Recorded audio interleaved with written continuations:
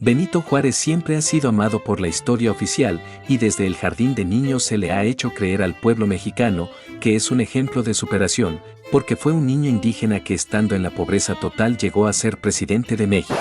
Pero lo que no te cuentan en la escuela es que Benito Juárez nunca ganó una elección, pero fue presidente por 14 años hasta su muerte natural en medio de una revolución para derrocarlo. Además trató de vender parte del territorio mexicano para conseguir el apoyo económico del gobierno de Estados Unidos. El oro donado a los templos que estaba a la vista de todos pasó violentamente a estar en los bolsillos de la familia Juárez y a las logias masónicas que con su ayuda tomaron el poder discretamente. Siendo una de las personas más desleales y corruptas del país, es considerado héroe nacional por la masonería mexicana, por nacionalistas de todo el mundo y por el gobierno al que fielmente representa. Benito Pablo Juárez García nació el 21 de marzo de 1806 en San Pablo Guelatao, Oaxaca. Sus padres, Marcelino Juárez y Brígida García, eran descendientes de indígenas y se dedicaban a la agricultura. Ambos padres fallecieron cuando Juárez apenas contaba con 3 años de edad, por lo que él y sus hermanas quedaron bajo el cuidado de sus abuelos paternos, quienes también murieron a los pocos años. Sus hermanas se casaron y Juárez quedó bajo la tutela de su tío Bernardino Juárez. Durante unos años, realizó diversos trabajos en el campo y su tío le enseñó a hablar castellano, ya que hasta ese momento Juárez solo hablaba su lengua materna, el zapoteco, y en el pueblo donde vivía no había escuelas. En diciembre de 1818, Juárez decidió trasladarse a la ciudad de Oaxaca. Se dice que se fue huyendo de su tío por el supuesto extravío de una oveja, donde vivió junto a su hermana Josefa, quien servía de cocinera en la casa de Antonio Maza, patriarca de una familia adinerada. A los pocos días de haber llegado a Oaxaca, Juárez conoció al sacerdote franciscano Antonio Salanueva, con quien vivió varios años y le ofreció la oportunidad de estudiar. Con la ayuda de Salanueva, Juárez logró ingresar al seminario de Santa Cruz, donde cursó la secundaria. La Iglesia Católica le ayudó a salir de la miseria y le educó según las costumbres de aquel tiempo, enseñándole latín, comer en la mesa y con cubiertos, vestir de traje y hablar correctamente. Carente de vocación, entra al seminario pero jamás logra ordenarse como cura. En cambio, se recibió de abogado en el Instituto de Ciencias y Artes de Oaxaca, donde obtuvo el título, el cual fue expedido por la Corte de Justicia en el año de 1834. Sus contemporáneos lo definen como una persona cerrada, de inteligencia mediocre y no muy buen orador. Era una persona que no hablaba mucho, ni reía. Mientras estudiaba, el 26 de mayo de 1830 Juárez es nombrado encargado del aula de física del Instituto de Ciencias y Artes de Oaxaca. Se desempeñó como rector del instituto en 1831, en el cual siempre profesó y defendió ante todo las ideas liberales. Sus inicios en la política datan de 1832, cuando fue designado como regidor del Ayuntamiento de Oaxaca. En 1833 fue elegido diputado de la legislatura local y a partir de 1841 se desempeñó como juez civil y de Hacienda. Entre 1844 y 1846 fue sucesivamente secretario de Gobierno de Oaxaca y diputado federal. Por esos años ingresó en la masonería con el seudónimo de Guillermo Tell y se casó con Margarita Maza, hija adoptiva de la familia que lo alojó cuando llegó a Oaxaca, quien era 20 años menor que él, y con quien tuvo 12 hijos, de los cuales 5 murieron prematuramente. Así inició, pues, su carrera política, que dejaría una de las mentiras más grandes en la historia de México. Durante la invasión de Estados Unidos, Juárez fue nombrado gobernador interino en 1847 y estuvo hasta 1852. Su gestión se caracterizó por lograr el equilibrio económico y la realización de obras públicas. Se duplicó el número de escuelas en Oaxaca, de 50 que había en todo el estado a 100 o más. Creó el puerto de Huatulco y construyó el camino hacia la capital, lo que permitió reducir el costo de varias mercancías que eran traídas de Veracruz o Acapulco. También en ese cargo Juárez impidió la entrada a Oaxaca al fugitivo Santa Anna, quien fuera antes presidente y quien venía huyendo de la capital del país debido a la ocupación estadounidense de entonces, ofensa que Santa Anna jamás perdonaría. Igualmente durante su mandato en Oaxaca, fue un buen feligrés, exhortaba a sus trabajadores a que pagaran el diezmo, se confesaran y comulgaran para pedir auxilio divino. Posteriormente pasaría de ser un cristiano laico al más encarnizado perseguidor de aquella institución que fuera tan buena con él. Esto gracias a la influencia recibida de parte de los maestros francmasones que albergaba el Instituto de Ciencias y Artes de Oaxaca, donde recibió su educación profesional y a su afiliación a la masonería. En las vueltas de la vida, en 1853 llega por 11ª vez a la silla presidencial Antonio López de Santa Anna, quien no tardó en cobrar venganza a Juárez por haberle impedido ingresar al Estado. Un día mientras impartía cátedra llegaron por él unos militares para apresarlo. Lo encerraron en las tinajas de San Juan de Ulúa y al poco tiempo lo trasladaron a Veracruz, donde lo embarcaron en nave de bandera española rumbo al destierro en Cuba, en donde trabajó en una fábrica de puros. Tiempo después Juárez se trasladó a Nueva Orleans, donde buscó el apoyo de las logias masónicas locales. Juárez conoció ahí a Melchor Ocampo y otros exiliados que habían sido desterrados o simplemente eran perseguidos políticos del dictador. Todos ellos se reunían en esa ciudad en secreto para planear un golpe de Estado en contra de Santa Anna. Juntos idearon y proclamaron el 1 de marzo de 1854 el Plan de Ayutla en la ciudad del mismo nombre, en el estado de Guerrero, planeado por Florencio Villarreal, Ignacio Comonfort y Juan Álvarez y recibió el apoyo de Benito Juárez, Melchor Ocampo, Ponciano Arriaga y otros liberales desterrados por Santa Anna. El documento planteaba la necesidad de derrocar al gobierno de Santa Anna y de reemplazarlo por una presidencia interina de corte liberal y la convocatoria a un Congreso Constituyente. El Plan de Ayutla recibió el apoyo de gran parte del país, por lo que se inició una guerra civil entre partidarios y opositores a Santa Anna, que concluyó con la renuncia y la partida al exilio del dictador. Entre las causas que llevaron a idear el Plan de Ayutla fue por la manera autoritaria en que Santa Anna gobernaba el país, especialmente desde 1853, cuando se proclamó dictador perpetuo y exigió que se le llamara Su Alteza Serenísima, así como el malestar social por la derrota padecida en la guerra contra los Estados Unidos, los actos de corrupción del dictador y sus funcionarios, y los constantes aumentos de impuestos. Santa Anna se vio obligado a renunciar el 9 de agosto de 1855 y a exiliarse en Cuba, desde donde pasó a los Estados Unidos, Colombia y las Islas Vírgenes. El Plan de Ayutla marcó el fin de su carrera política y el de su influencia en la sociedad mexicana.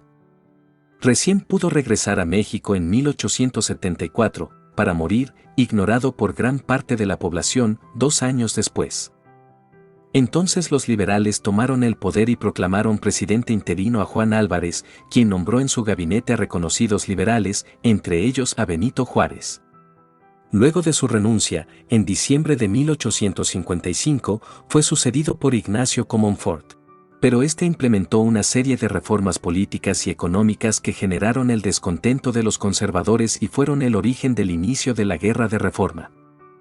En esta época Benito Juárez expidió la Ley sobre Administración de Justicia y Orgánica de los Tribunales de la Nación, del Distrito y Territorios, conocida como la Ley Juárez. Esta ley coartaba los derechos de militares y eclesiásticos, como suprimir los tribunales especiales que tenían ambos organismos. Mas no fue una solución completa, esta ley escrita por Benito Juárez estaba, como todo lo que hacía, incompleta. No como la que firmaron posteriormente Ignacio Comonfort y Sebastián Lerdo de Tejada en la que se separaba la Iglesia del Estado. La Ley Juárez simplemente era un esbozo de algo que tenía que llegar más completo. Cuando Juárez llega al poder después de la Guerra de Reforma se encarga de instaurar un gobierno completamente liberal y pretendió, lo que 60 años antes se había divisado en la Guerra de Independencia, una nación donde todos los individuos fuesen iguales, ideal siempre utópico y fantasioso y más aún en el país de la desigualdad. Lógicamente muchas comunidades indígenas se opusieron a ese proyecto de nación porque, con gran acierto, no se consideraban mexicanos. Entonces Juárez comenzó una seria represión en contra de estas comunidades. El presidente indio olvidó sus raíces indígenas.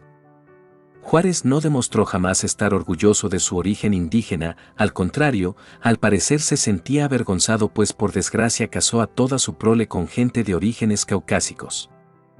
En las elecciones presidenciales de 1871, Benito Juárez, Sebastián Lerdo de Tejada y Porfirio Díaz se presentaron como candidatos, resultando ganador Benito Juárez, aunque con evidentes fraudes electorales, por lo que nunca fue presidente constitucional ni elegido por el pueblo, sino que aprovechó las circunstancias de la guerra. En respuesta, Porfirio Díaz se levantó en armas con el Plan de la Noria para arrojar del poder a Juárez, pero fracasó. Juárez se hizo pasar por presidente durante 11 años, sin ningún respeto por la legalidad existente, pues la Constitución establecía 4 años para el poder ejecutivo. Más tiempo que Antonio López de Santa Anna, quien apenas pudo sumar unos 6 o 7 años de gobierno. Durante su mandato, Benito Juárez autorizó la firma del Tratado McLean-Ocampo en 1859. El acuerdo concedía el paso a perpetuidad de los estadounidenses por el Istmo de Tehuantepec, el área terrestre más angosta entre el Océano Pacífico y el Golfo de México. La firma de ese tratado otorgaba el tráfico libre a Estados Unidos por la región donde se encuentran algunas poblaciones como Coatzacoalcos, Minatitlán y Acayucan en el estado de Veracruz, así como Salina Cruz, Juchitán de Zaragoza, Santo Domingo Tehuantepec, Unión Hidalgo y Ciudad Ixtepec en Oaxaca. A cambio, el gobierno mexicano recibiría un pago de $4 millones para financiar la lucha contra los conservadores, quienes pelearon representando los ideales del sector católico en la Guerra de Reforma. Sin embargo, el tratado no fue ratificado por el Congreso de Estados Unidos, por lo que nunca entró en vigor, aunque dicho país ofreció apoyo material al gobierno juarista, con lo que el Estado mexicano logró imponerse ante sus contrincantes. La muerte de Benito Juárez sucedió el 18 de julio de 1872, a sus 66 años de edad, y fue un ataque al corazón lo que le causó la muerte. El entonces mandatario mexicano falleció, cerca de la medianoche, en una de las habitaciones de Palacio Nacional, y es importante señalar que Juárez es el único presidente que ha muerto dentro del Palacio Nacional. Se veló su cuerpo en el Salón de Embajadores del mismo recinto presidencial, para posteriormente enterrar sus restos en el Panteón de San Fernando, en la Ciudad de México. Sin embargo, en 1880 el presidente Porfirio Díaz inauguró un mausoleo que se dedicó a la familia Juárez Meza. En este descansan los restos de su esposa Margarita Maza y 5 de sus 12 hijos. Ahora veamos las grandes mentiras alrededor de Juárez. A Benito Juárez le crearon el mito del indio que llegó a ser presidente, y con esto ser una inspiración para niños y adolescentes y crear en los mexicanos un sentimiento patriótico. Juárez es recordado como el presidente que expulsó a los franceses de México y mandó a fusilar a Maximiliano de Habsburgo, y todo esto a favor del pueblo y los indígenas, que eran oprimidos. Bueno, la verdad es que Juárez fue un hombre que sirvió a las élites masónicas antes que a la población indígena, de la cual incluso renegaba, todo esto para alcanzar sus objetivos de aceptación y poder, porque mentalmente se sentía inferior con respecto a las personas que servía. Una de las tantas peleas entre juaristas y los que no lo son, y que pasa el tiempo y sigue vigente, es la forma en que Juárez ejercía el poder. Es sabido que era prepotente y autoritario, siempre en busca de sus intereses, como por ejemplo en 1847, cuando los pobladores de Juchitán protestaron contra el gobierno por un yacimiento de sal que habían encontrado y se los querían quitar, y lo que hizo Juárez, defensor del pueblo, fue que apoyó al juez que dijo en la resolución que ese yacimiento no les pertenecía. El pueblo se levantó y protestó contra esa resolución, y Benito Juárez fue acusado de incendiar hogares de los indígenas para frenar la protesta. Hay gente aún orgullosa de su benemérito, que sigue aplaudiendo las leyes de reforma, que dicho sea de paso, él no las escribió en su totalidad, porque todo lo que hacía lo hacía a medias, pero sí plantó su idea, la cual ayudaba a las élites a retomar el control del territorio nacional. De hecho, las llamadas leyes de reforma de corte liberal no solo quitó propiedades de la Iglesia y fueron la base para un Estado laico, sino que también esas leyes fueron la vía para despojar a los pueblos indígenas de sus tierras. Muchas comunidades perdieron sus propiedades por medio de la desamortización, que es la expropiación de tierras que en general pertenecían a las llamadas manos muertas, que no era otra cosa más que el clero y las órdenes religiosas, y no las recuperarían hasta con el gobierno de Cárdenas. Además, cuando la agitación social explotó y los indígenas dijeron basta, la represión más inhumana fue siempre la herramienta preferida del gobierno liderado por Juárez.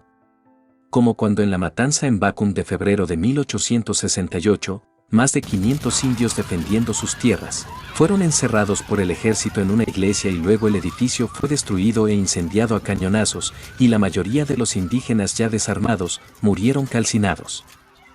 Para que luego las tierras fueran repartidas entre los amigos de Benito Juárez que estaban en el gabinete presidencial. Así que hasta aquí, está claro que Benito Juárez servía solo a sus propios intereses y nada le interesaba el ayudar al pueblo. Antonio López de Santa Anna fue acusado como vendepatrias, pero lo que no te cuentan es que Juárez ofreció ceder territorio mexicano al gobierno de Estados Unidos, con el fin de que lo reconocieran como presidente y que le dieran apoyo para vencer a sus enemigos. Así que el 14 de diciembre de 1859, el entonces embajador de Estados Unidos en México, Robert McLean, y el reconocido político mexicano, Melchor Ocampo, autorizado por el mismísimo Benito Juárez, firmaron en el estado de Veracruz el llamado Tratado McLean-Ocampo. El acuerdo concedía el paso a perpetuidad de los estadounidenses por el Istmo de Tehuantepec, que es el área terrestre más angosta entre el Océano Pacífico y el Golfo de México. La firma de ese tratado otorgaba el tráfico libre a Estados Unidos por la región donde se encuentran algunas poblaciones como Coatzacoalcos, Minatitlán y Acayucan en el estado de Veracruz, así como Salina Cruz, Juchitán de Zaragoza, Santo Domingo Tehuantepec, Unión Hidalgo y Ciudad Ixtepec en Oaxaca. Así los norteamericanos tendrían libre acceso para que sus productos comerciales, militares y tropas pasaran por tierras mexicanas en la zona del Istmo y por todo el territorio que tuvieran que recorrer para entrar y salir de él. A cambio, el gobierno mexicano recibiría un pago de algo más de $4 millones para financiar la lucha contra los conservadores, fuertes rivales de Juárez, quienes pelearon representando los ideales del sector católico en la Guerra de Reforma. Sin embargo, el tratado no fue ratificado por el Senado de Estados Unidos, porque en aquellos años iniciaba la Guerra de Secesión, que era una pelea entre los estados del sur, llamados Confederados, y los estados del norte, que se hacían llamar la Unión, y fue por esto, por lo que el Senado consideró que de aceptar el tratado, se fortalecerían los estados separatistas del sur. Por lo que dicho tratado nunca entró en vigor, aunque Estados Unidos sí ofreció apoyo material al gobierno juarista, con lo que el Estado mexicano logró imponerse ante sus contrincantes. Por cierto, el tratado estuvo vigente hasta que llegó el presidente Lázaro Cárdenas, otra vez, quien logró su cancelación.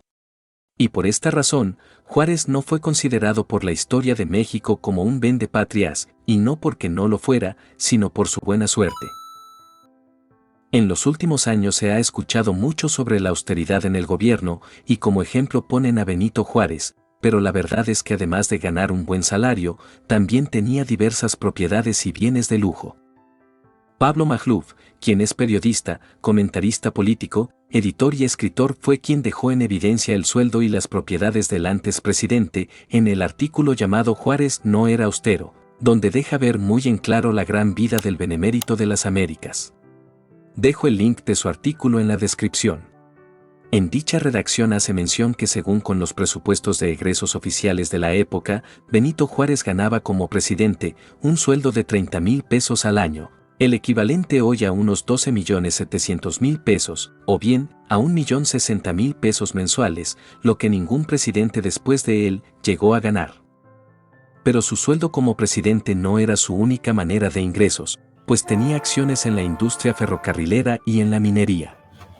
Además, era dueño de considerables propiedades como la de San Francisco, Portal de Mercaderes y la de Tiburcio, que hoy es República de Uruguay, todas muy cerca de Palacio Nacional. Otra en la calle de Coronel, en Oaxaca, y una finca de su esposa Margarita Maza en San Cosme. Magluf, en el artículo escrito por él, hace una exhaustiva investigación y relaciona las propiedades con el precio de esa época, comparado con lo que sería ahora. Además nos dice que contaba con bienes como una calesa tirada por caballos, alhajas y piedras preciosas, muebles, menajes, espejos, candelabros, la espada de Maximiliano. Por todo esto Juárez logró acumular en propiedades y otras pertenencias 151,233 pesos de la época, el equivalente a unos 64 millones de pesos de hoy. En su redacción, también explicó que uno podría imaginarse que por el momento que vivía México, los sueldos de los demás funcionarios probablemente serían modestos, sin embargo, mencionó que también ganaban muy bien. Así que como se podrá ver, Juárez no era para nada austero, y él y su gabinete se servían con la cuchara grande de las arcas del Estado. El respeto al derecho ajeno es la paz. Esta fue la famosa frase que pronunció Juárez cuando entró triunfante a la Ciudad de México, tras la captura y el fusilamiento de Maximiliano de Habsburgo, lo cual terminó en la derrota del Segundo Imperio Mexicano. En realidad este fue su discurso. Mexicanos, encaminemos ahora todos nuestros esfuerzos a obtener y a consolidar los beneficios de la paz. Bajo sus auspicios, será eficaz la protección de las leyes y de las autoridades para los derechos de todos los habitantes de la República. Que el pueblo y el gobierno respeten los derechos de todos. Entre los individuos, como entre las naciones, el respeto al derecho ajeno es la paz. La frase, que ha sido citada miles de veces en todos estos años, hace énfasis en el respeto a lo individual y colectivo como una máxima universal. Algunos historiadores han señalado que la frase de Juárez es un plagio a un pasaje del libro del filósofo alemán Immanuel Kant, quien en su escrito La paz perpetua menciona: la injusticia cometida se ejerce únicamente en el sentido de que no respetan el concepto del derecho, único principio posible de la paz perpetua.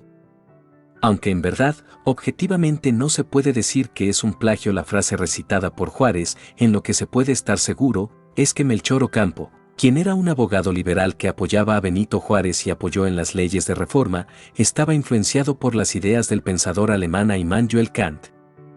Así que puede ser que fuera Melchor Ocampo quien escribió el discurso de Juárez, a lo que él sería el creador de la frase. Llegando a esta conclusión, debido que Benito Juárez no era muy inteligente que se diga. Según el Instituto Nacional de Geografía y Estadística, mejor conocido como el INEGI, existen en nuestro país 60.148 calles con el nombre de Benito Juárez, así como 8 municipios que llevan el nombre del benemérito. En Oaxaca está Chiquihuitlán de Benito Juárez. En Guerrero hay un municipio con el nombre de Benito Juárez. En Puebla se encuentra Tlacotepec de Benito Juárez, mientras que en Quintana Roo, Sonora, Tlaxcala, Veracruz de Ignacio de la Llave y Zacatecas también existe un municipio con el mismo nombre, así como la Ciudad de México cuenta con toda una delegación denominada Benito Juárez. En este capítulo conozcamos a Juárez y la masonería. De Benito Juárez es bien sabido que pertenecía a la masonería y con los años se convirtió en uno de sus máximos representantes a nivel nacional.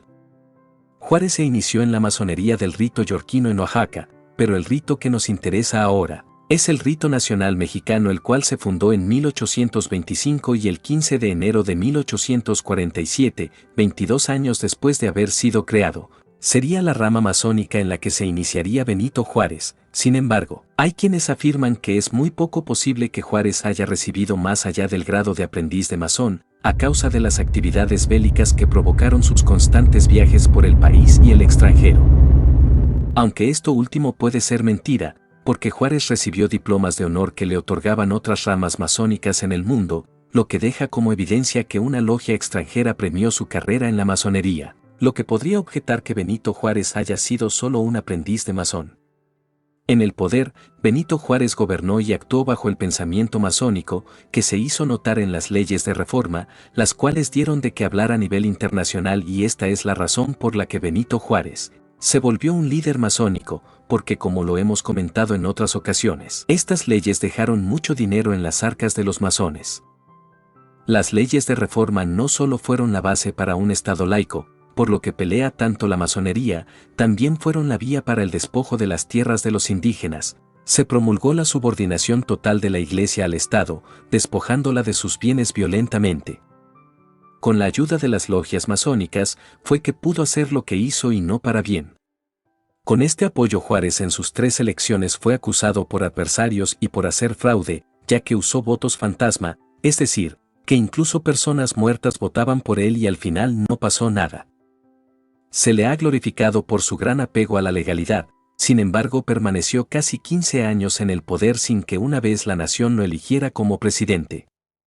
Y por último, Benito Juárez instaló el clientelismo en México, que es la tendencia a favorecer, sin justificación, a determinadas personas, organizaciones o partidos políticos para lograr su apoyo. Y ya sabemos quiénes salieron ganando. Esta vez fue otra ocasión en que la masonería tuviera un papel importante en la historia de México. Y como estos personajes y la influencia de la masonería en la vida política del país, podemos citar muchos más, pero el video quedaría de 2 horas. No olvides darle like y compartir con tus amigos y redes sociales para que más personas conozcan lo que no te cuentan en la escuela. Estoy seguro que has escuchado hasta el cansancio la buena persona que fue Benito Juárez, pero también estoy seguro que no has oído hablar nada sobre su descendencia, muy en especial, del hijo incómodo Benito Juárez Maza, y esto es porque no quieren que sepas de él. Por esta razón me di a la tarea de investigar para realizar este video, y esto fue lo que encontré sobre todas las mentiras y verdades a medias de Benito Juárez y familia. Las fuentes las dejo abajo en la descripción. Iniciemos. Primer episodio. Las grandes traiciones del padre, Benito Juárez García. Traicionó a la iglesia, que lo hizo lo que fue. Como sabemos, nació siendo humilde, pero gracias al fraile don Antonio Salanueva, el cual le da la oportunidad de ir a la escuela católica, fue que pudo salir de la miseria y lo educó según las costumbres de aquel tiempo, enseñándole latín, comer en la mesa y con cubiertos, vestir de traje y hablar correctamente. Así que la iglesia le dio educación y le ayudó a convertirse en uno de los abogados más conocidos de Oaxaca. Sin embargo, debido a la influencia de los maestros masones que daban clases en el Instituto de Ciencias y Artes de Oaxaca, más tarde adoptó una postura totalmente cruel hacia ella, convirtiéndose en el más implacable perseguidor de aquella institución. Nunca estuvo orgulloso de su origen indígena. Muchas comunidades autóctonas se opusieron a su proyecto de nación y entonces Juárez comenzó una seria represión en contra de su gente. El presidente que nació siendo uno de ellos, olvidó sus raíces indígenas. Benito jamás demostró orgullo de su origen indígena, al contrario, sus acciones revelaban que se sentía avergonzado, pues por desgracia atacó y olvidó varias veces a toda su descendencia, junto con su gabinete, que dicho sea de paso, eran todos de orígenes caucásicos. Sus propuestas de igualdad para los mexicanos no incluían a los indígenas porque ellos no eran mexicanos según su gobierno. Su presidencia se dio gracias a fraudes electorales, nunca fue querido, ni elegido por el pueblo y mandó a matar a sus enemigos impunemente. Un ejemplo de esto, y algo que estoy seguro que no sabes, porque lo han escondido hasta casi borrarlo de la historia, es que en la época del presidente Benito Juárez se cometió un acto excesivamente cruel, en donde cientos de cuerpos sin vida quedaron esparcidos en el viejo templo de Santa Rosa de Lima en Bacum, lugar que fue testigo de uno de los actos más atroces, sangrientos e inhumanos de la guerra entre yaquis y el gobierno de México. En 1868, el ejército mexicano con mentiras encerró a más de 100 yaquis, en donde se les disparó, y después prender fuego a la iglesia, causando una dolorosa muerte a niños, mujeres, hombres y ancianos, la mayoría inocentes. Todo inició en 1867, cuando Ignacio Gómez del Campo, un hacendado acaudalado, solicitó concesiones para colonizar varias hectáreas de tierras que pertenecían desde hace mucho tiempo al pueblo yaqui, y gracias a la administración de Juárez, un año más tarde obtuvo la autorización de hacerse de las tierras gracias a las leyes de reforma. Los habitantes del pueblo pelearon con gran valentía, haciendo que Gómez del Campo no pudiera entrar a apropiarse de los terrenos. El hacendado pidió ayuda al presidente y a las fuerzas militares, entonces los soldados llegaron al lugar y tuvieron un enfrentamiento, en donde murieron 33 indígenas que huían entre el monte, y lograron capturar con vida a otros 30 habitantes de Cocorit. Dieron aviso a la presidencia y el mismo Benito Juárez convocó a los yaquis de esa región para acordar llegar a un acuerdo, prometiendo regresar sus tierras, pero obviamente todo era una trampa. Fue entonces que 600 personas viajaron hasta la cabecera municipal de Bacum, lugar donde se encontraba el ejército mexicano con sus prisioneros. Los indígenas llegaron en son de paz con el coronel Próspero Salazar Bustamante, que estaba a cargo, y a quien pidieron la liberación de los detenidos. El coronel les dijo que entregaran sus armas, como un acto de buena fe, a lo que los yaquis obedecieron, pero inmediatamente el ejército mandado por Juárez amarraron de manos a 10 líderes de la comunidad, y les quitaron la vida a balazos. Las familias que aún seguían con vida, fueron encerrados en la parroquia, le prendieron fuego y desde afuera, los militares comenzaron a dispararles, sin importar que se encontraban niños, mujeres y ancianos. La información fue reportada directamente al presidente y la respuesta de Juárez fue sumamente fría y cortante. En una nota firmada por él, señaló que recomendaría el pago de daños y nada más. Este acto tan vil y despiadado fue debido a las intenciones que desde siempre ha tenido el gobierno mexicano de apoderarse del territorio yaqui y sus recursos naturales, y Juárez era uno de ellos. Esta es una sola muestra de cómo Benito Juárez quitaba las tierras a las comunidades más pobres de México, convirtiéndolo en un tirano, mostrando su lado más oscuro, que no se encuentra en los libros de texto. No quería a México como nos han hecho creer. Durante su mandato, autorizó una serie de tratados que acababan la soberanía del país en beneficio de Estados Unidos, todo para conseguir el apoyo económico de aquel país, para seguir en el poder. Justo Sierra, un escritor, historiador, periodista, político mexicano, los declaró un crimen político. Así que me di a la tarea de investigar, y estos son los tratados y acuerdos en donde quiso vender al país en múltiples ocasiones. Acta notarial de 1857. Juárez era gobernador al momento de firmar este documento, donde se procuraba crear una ciudad que se llamara Comonfort, cerca de La Ventosa, en el estado de Oaxaca, la cual estaría ocupada en su totalidad por ciudadanos estadounidenses, cuya verdadera misión que se omitió en el acuerdo era apoderarse de toda la parte del istmo de Tehuantepec, con el fin de que el gobierno norteamericano pudiera más tarde construir para su beneficio un canal interoceánico en la zona. Plan de José María Mata de 1859.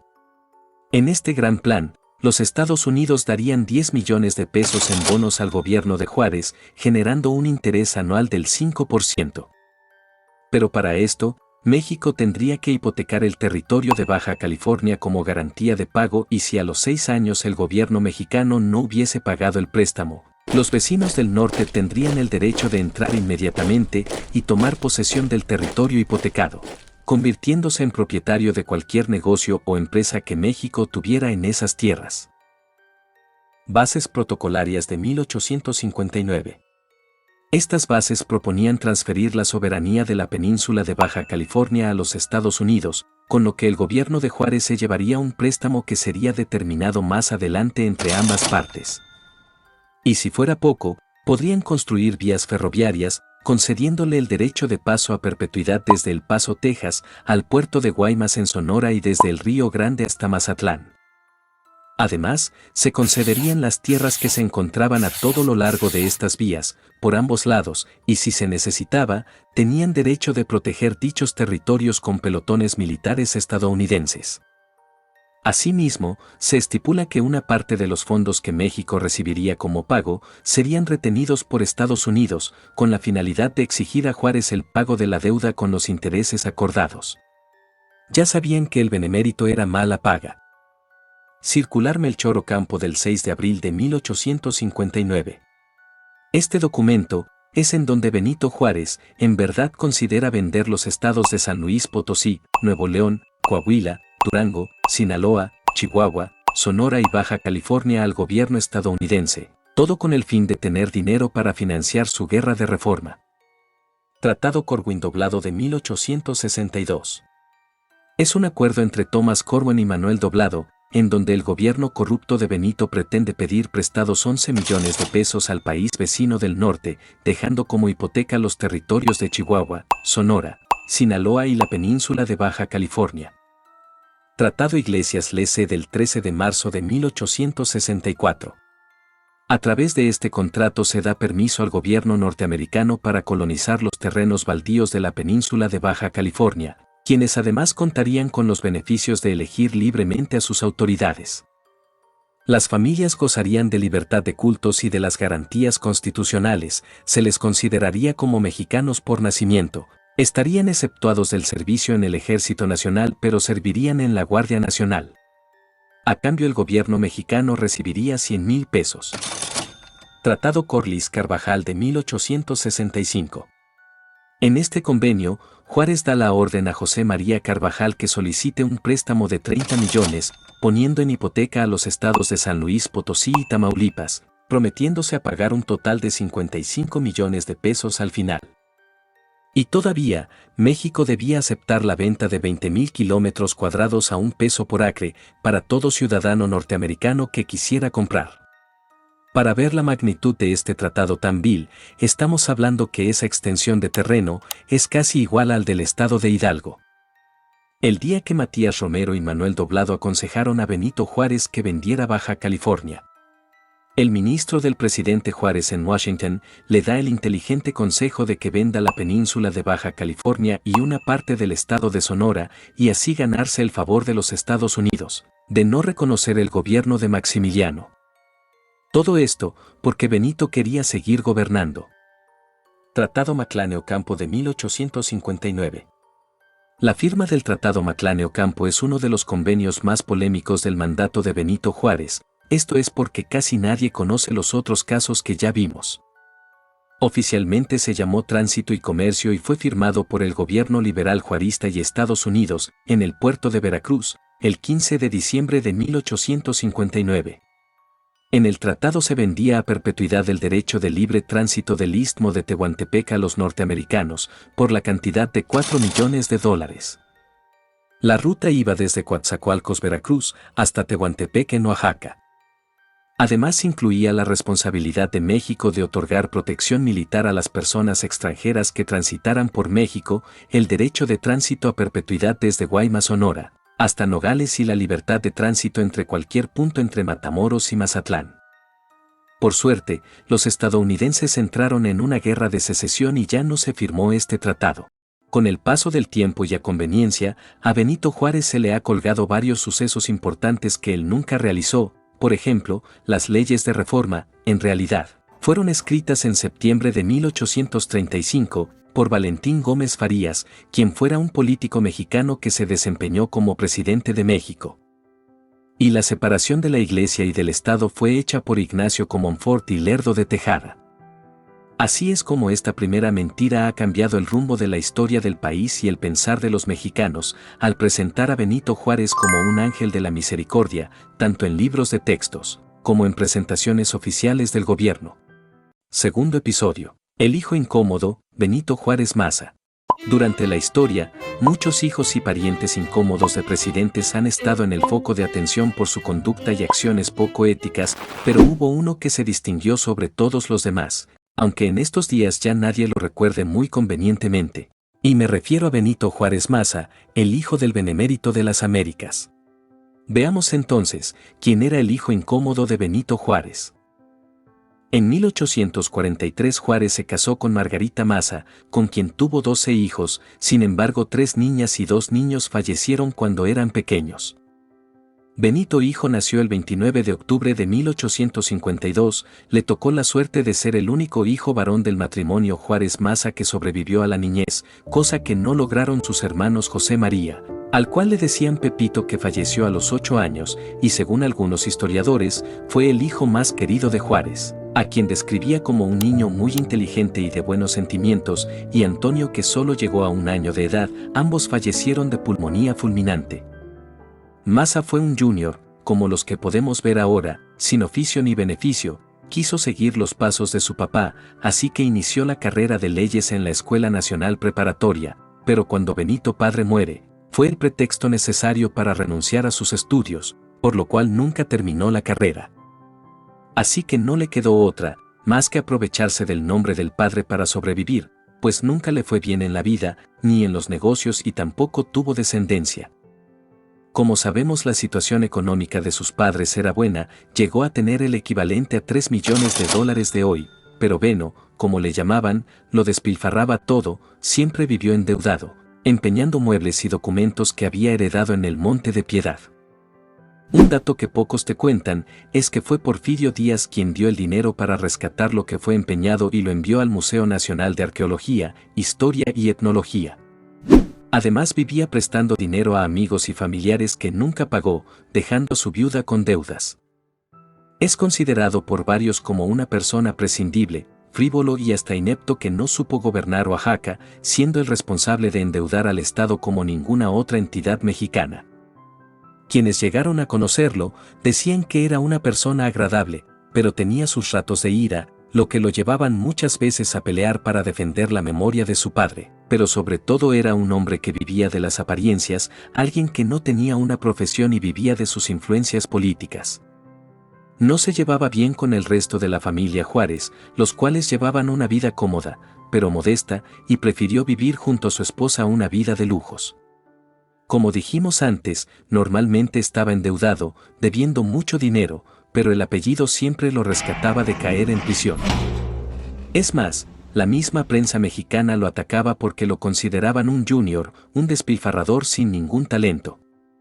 Maza gozó de una vida llena de privilegios, no solo en lo económico, sino también de sus relaciones con el poder, siendo Porfirio Díaz, presidente de México en ese entonces, quien lo abrigó y le dio un buen trato, a pesar de que Benito Juárez García y Díaz habían sido adversarios políticos durante mucho tiempo.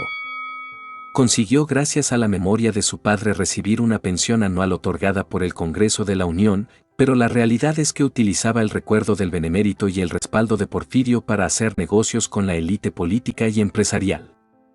Entonces comenzó a realizar compraventas de terrenos que eran claramente ilegales con la ayuda de gente del gobierno y aún así fracasó en la mayoría de transacciones.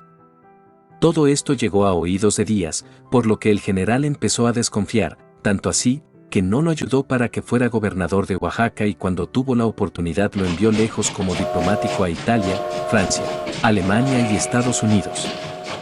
Hay que decir que Juárez Maza tampoco realizó un buen papel como diplomático, pero aprovechó sus estadías en el extranjero para hacer más negocios turbios, y en esos viajes, cuando se encontraba en Francia conoció a María Clerian, quien fue su esposa, casándose en 1888, pero nunca tuvieron hijos.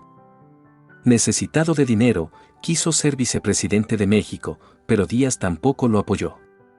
La relación de amistad y confianza ya estaba muy desgastada y fue la militancia de Beno en el Partido Liberal y su gran cercanía a Bernardo Reyes que lo separaron por completo del régimen porfiriano.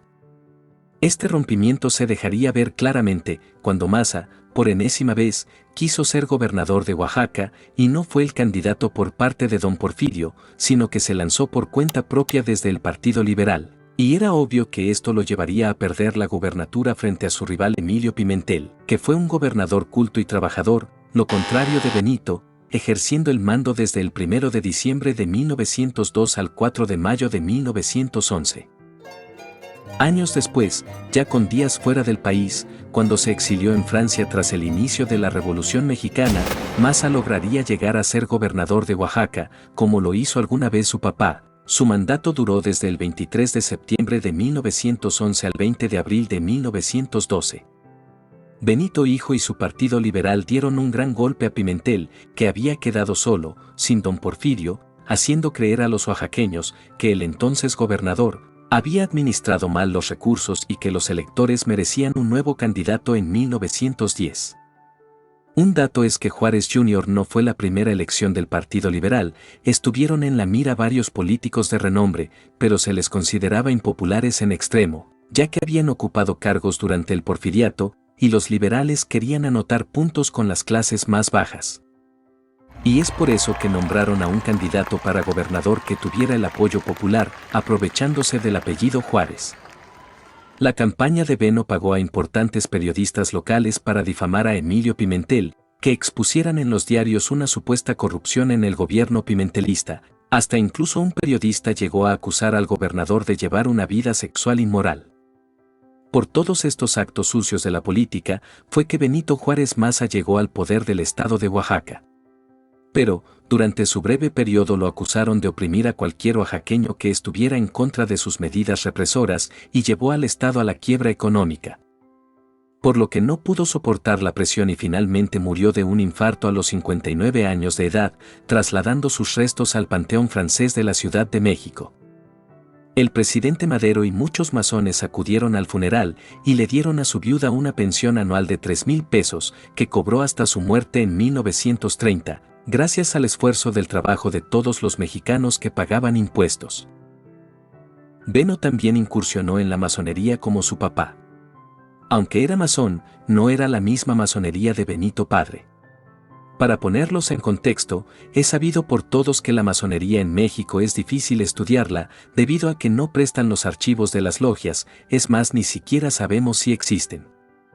Pero en 2006, en la ceremonia del natalicio de Benito Juárez, se quiso hacer una exposición a la vida de su hijo, y al buscar material se encontró un archivo de Juárez Maza que consta de más de 2000 documentos y fotografías, cuyo acervo fue heredado a los descendientes del hermano de su esposa francesa, María Clerian, ya que la pareja no tuvo hijos, por eso fue complicado la localización de estos papeles. En ese archivo se afirma que Maza intentó crear su propio rito para tener más poder dentro de la hermandad, y logró reunir una serie de pequeñas logias en la Ciudad de México, para más tarde crear una agencia en la que realizó negocios sucios con estos. Aquí nos damos cuenta que la masonería sigue apareciendo y chupando de la historia del país. Igual con el tiempo se han encontrado un par de documentos, uno en el que se le da el nombramiento a grado 13 y otro que le da el grado 32, lo raro es que ambos son del mismo día, 16 de abril de 1893. Pero es sabido que el ascenso en una logia no es de inmediato, lo cual puede significar dos cosas, que su nombre influía en ciertos aspectos o que esos nombramientos eran apócrifos. Al final, Benito Juárez Maza alcanzó la fama y fue importante solo por el hecho de ser el único hijo varón del benemérito, no tuvo para nada una gran carrera política, ni empresarial ni diplomática. Simplemente supo aprovechar el recuerdo de su padre para hacer negocios con políticos y masones corruptos y así vivir cómodamente. Así como Beno, otros descendientes de presidentes han tenido vidas similares, claro que no en todos los casos. Pero se puede decir que ser parte de una familia presidencial termina a fuerza vinculándolos con la casta política y empresarial de este país.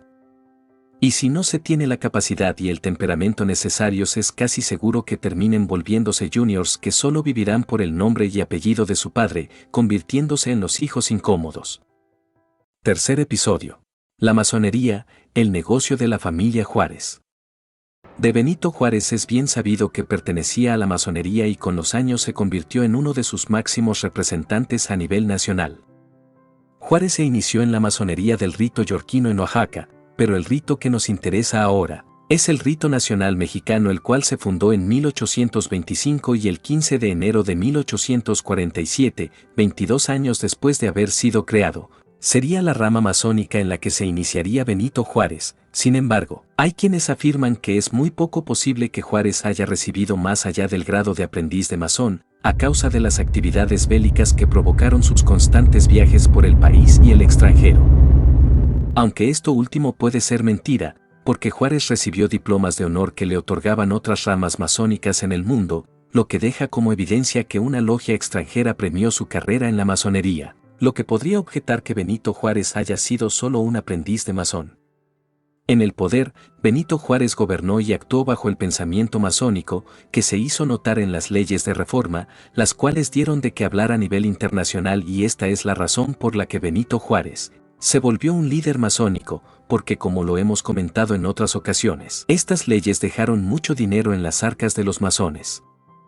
Las leyes de reforma no solo fueron la base para un Estado laico, por lo que pelea tanto la masonería, también fueron la vía para el despojo de las tierras de los indígenas. Se promulgó la subordinación total de la Iglesia al Estado, despojándola de sus bienes violentamente. Con la ayuda de las logias masónicas, fue que pudo hacer lo que hizo y no para bien.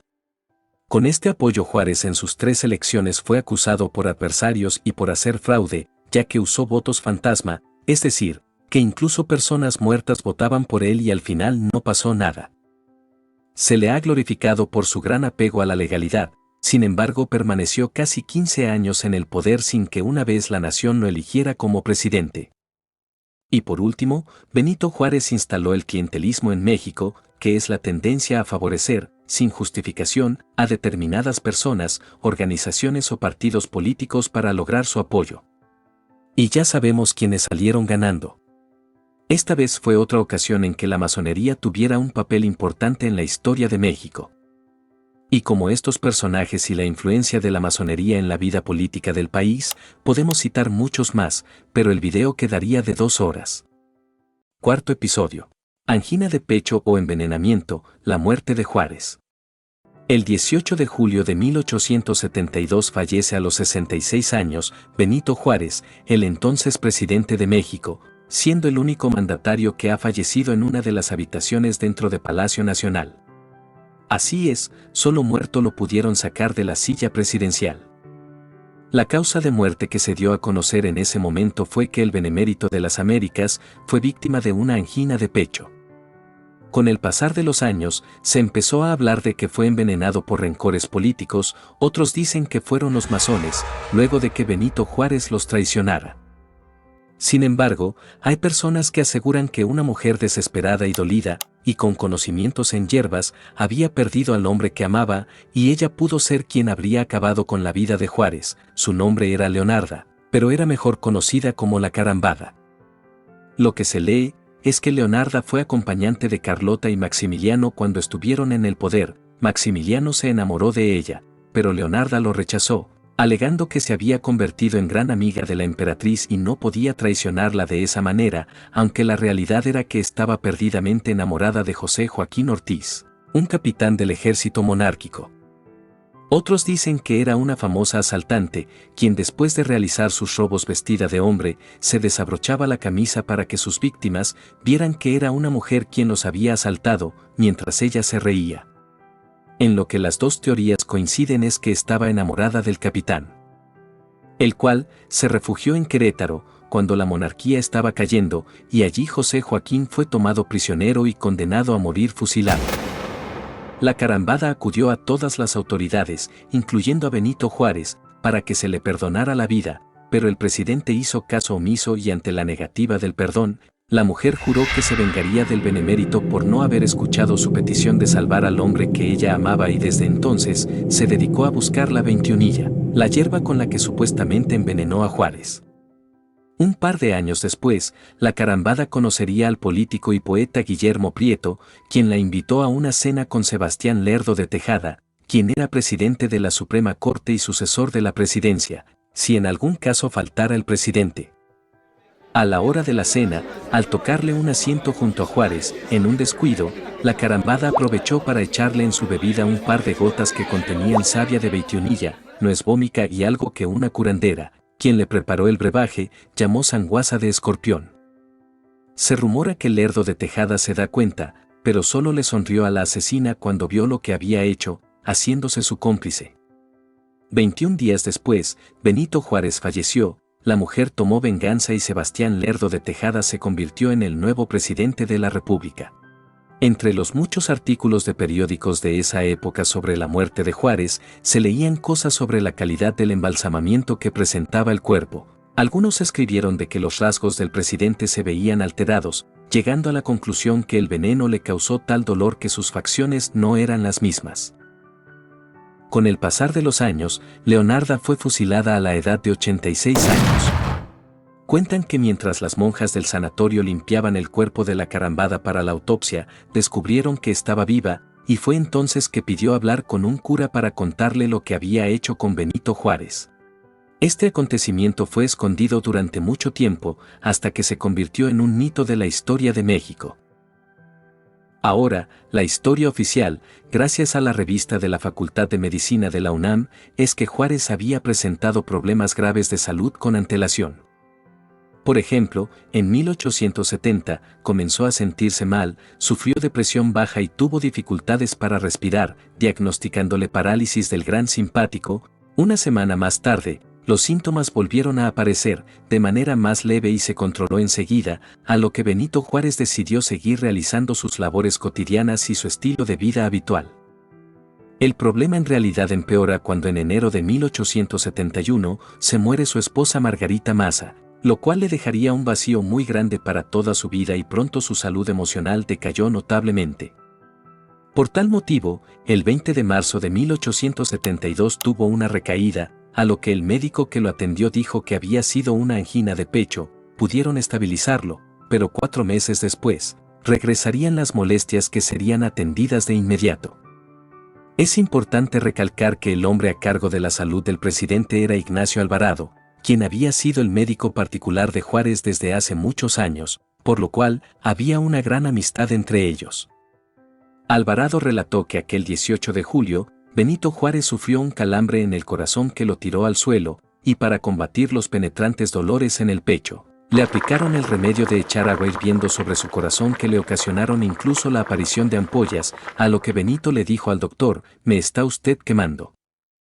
Hay que explicar que esta medida terapéutica, que actualmente se consideraría hasta salvaje, se aplicaba en la desesperación de estimular al corazón, echando agua hirviendo en el pecho. Juárez tuvo una mejoría que le duró solo 2 horas, ya que le dio otro dolor, pero este mucho más fuerte. El médico volvió a tirarle agua hirviendo, pero esta vez no pudo salvarlo. Y como contamos en un inicio, comenzaron a correr los rumores de que Benito Juárez había sido envenenado, por lo que su acta de defunción tuvo que ser enseñada a los medios y a la gente, y se encontraba respaldado por las firmas de sus amigos Gabino Barreda, Rafael Lucio Díez y el doctor Ignacio Alvarado. Ellos dieron fe de que la causa de muerte del presidente había sido una neurosis del gran simpático, a lo que posteriormente se le conoció como el infarto al miocardio, o lo que es lo mismo, un ataque cardíaco. El propio médico escribió el libro La muerte de Juárez, en donde relata lo anterior. Y hace no muchos años, el Registro Civil de la Ciudad de México hizo públicas las fotografías de su acta de defunción. Su nombre completo era Leonarda Emilia Martínez, quien nació en un pequeño pueblo de indios en Querétaro conocido como La Punta. Varias fuentes afirman lo que ya habíamos descrito anteriormente, que era dama de compañía de Carlota de Habsburgo durante el Imperio, y fue entonces cuando Leonarda queda perdidamente enamorada de un soldado imperialista, de nombre José Joaquín, quien fue hecho prisionero a la caída del Imperio, donde Maximiliano sería fusilado en compañía de Miramón y Mejía. Al enterarse de que su amado sería pasado por las armas, buscó entrevistarse con Benito Cenea, gobernador de Querétaro, y con el propio presidente Benito Juárez para que le perdonara la vida a José Joaquín. Sin embargo, su petición fue rechazada. Ante este hecho donde su amado perdió la vida, juró venganza, por lo que se convirtió en bandolera. Desde ese momento se dedicó a robar y repartir el botín con los pobres de la ciudad de Querétaro y sus alrededores, teniendo como guarida principal las grutas de los socavones, ubicados actualmente en la cabecera municipal del Marqués, uno de los municipios que forman parte de la actual zona metropolitana de Querétaro. Así como dio muerte a Juárez, dentro de algunos de los actos vandálicos y formando parte de su venganza, igualmente quitó la vida al entonces gobernador de Querétaro, don Benito Cenea, aunque esto nunca ha sido confirmado, pero lo cierto es que la carambada tuvo un contacto con Cenea 21 días antes de su muerte. Hay que decir que todo esto no ha sido confirmado, por lo que se debe tomar como una leyenda de la historia mexicana. La Asclepias curasabica o veintiunilla, también conocida como flor de culebra, pedo de culebra o veneno rojo, es una planta que es común encontrar en la maleza en zonas en donde hay mucha humedad. Se encuentra largamente distribuida por toda la República Mexicana.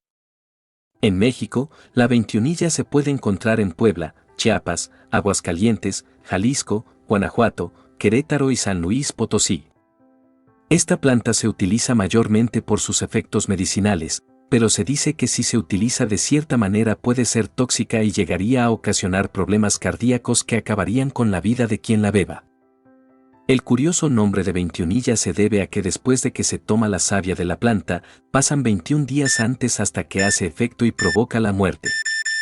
Como hemos visto aquí, uno de los mitos más cercanos con esta planta es que se relaciona con el fallecimiento de Benito Juárez. No olvides suscribirte y dejar tu like, así como compartir el video en tus redes sociales, con tus amigos y conocidos.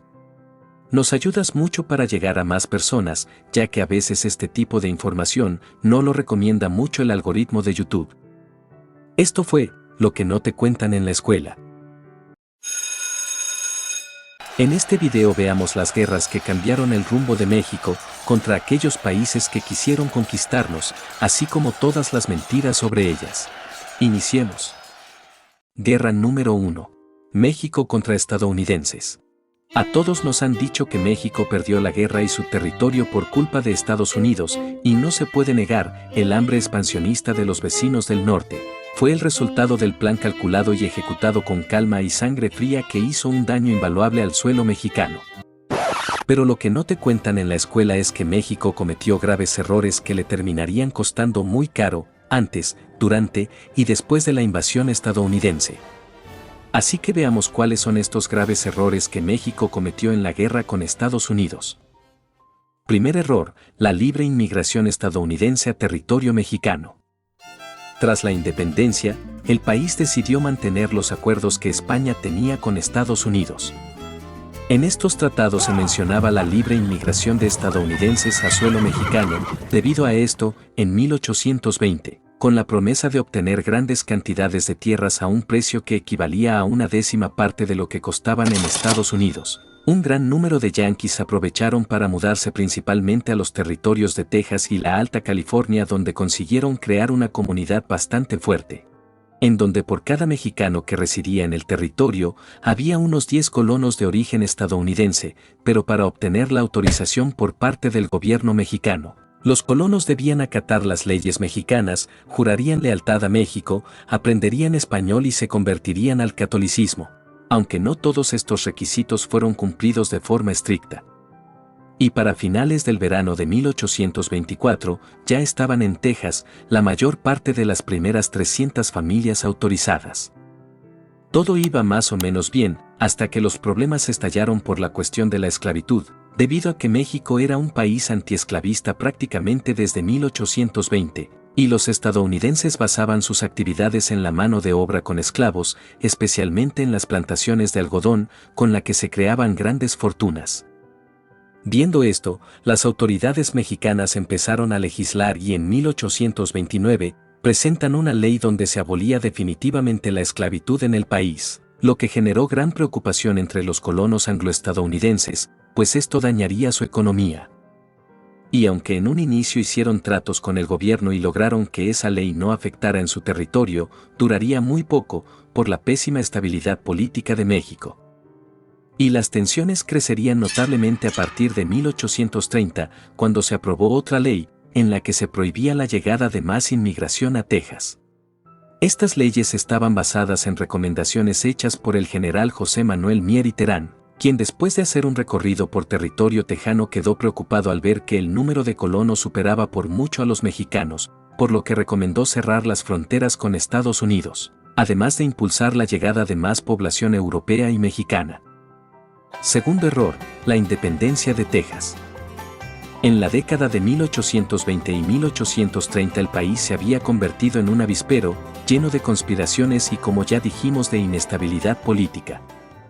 En estos años se había derrocado al imperio de Iturbide y el general Antonio López de Santa Anna se rebeló contra el gobierno electo en las urnas y se hizo con el poder. Y es cuando a los colonos estadounidenses de Texas le cancelan los tratos con el viejo gobierno y le prohíben la esclavitud. Entonces, aprovechando el caos político, la comunidad gringa levantó las armas y pidieron que se les concediera la independencia, con el pretexto que ellos habían jurado lealtad al gobierno constitucional y no a las originadas por el golpe de Estado.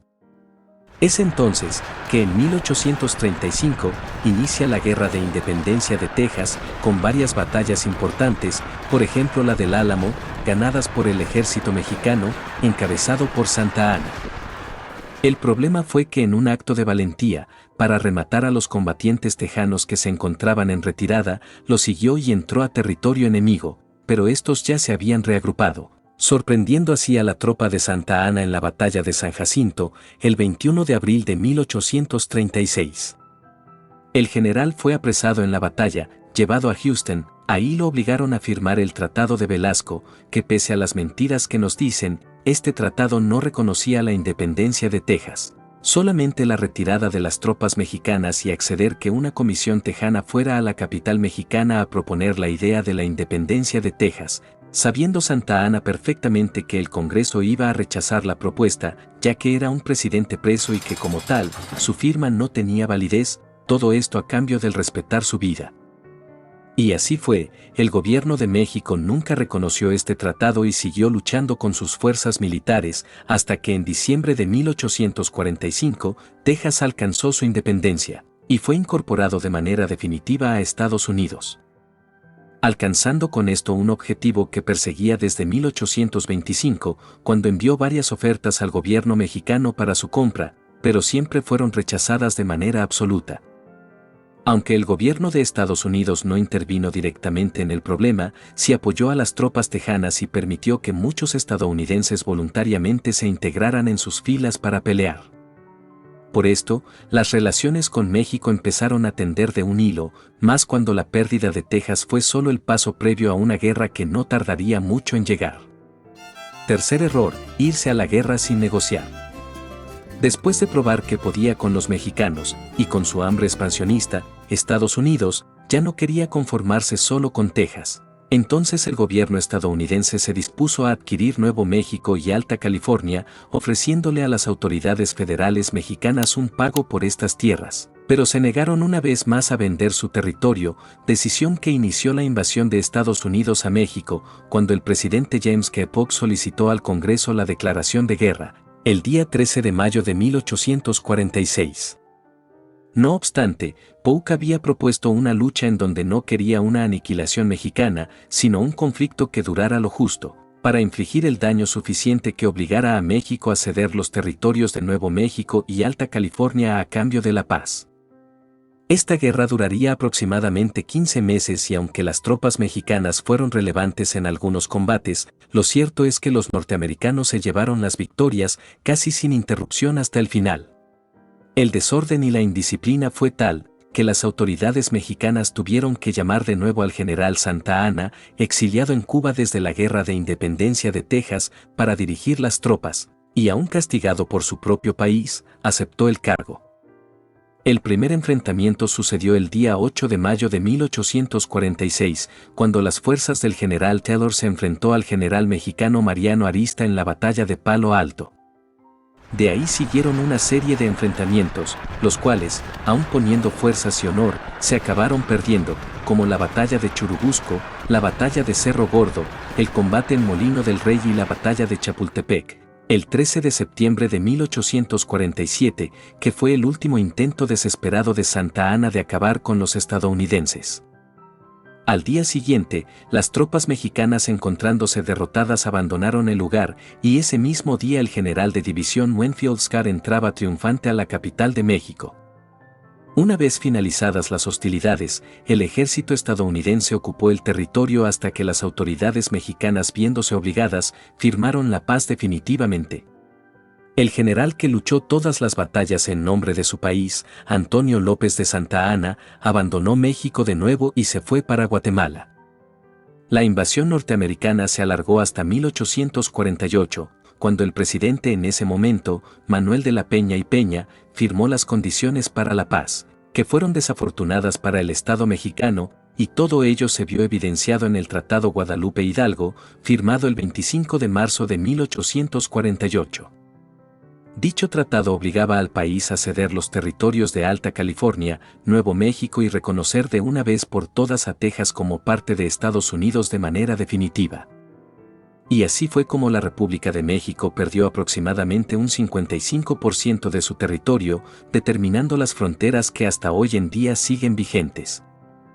Hay que mencionar que Estados Unidos le pagó a México 15 millones de pesos, en consideración, por los territorios cedidos y acordó pagar las deudas que el gobierno mexicano le debía a ciudadanos estadounidenses. Ahora veamos el gran error de la historia. A través de los años se ha enseñado que Antonio López de Santa Anna vendió el territorio mexicano por intereses económicos, sin embargo, la historia ha estado mal contada.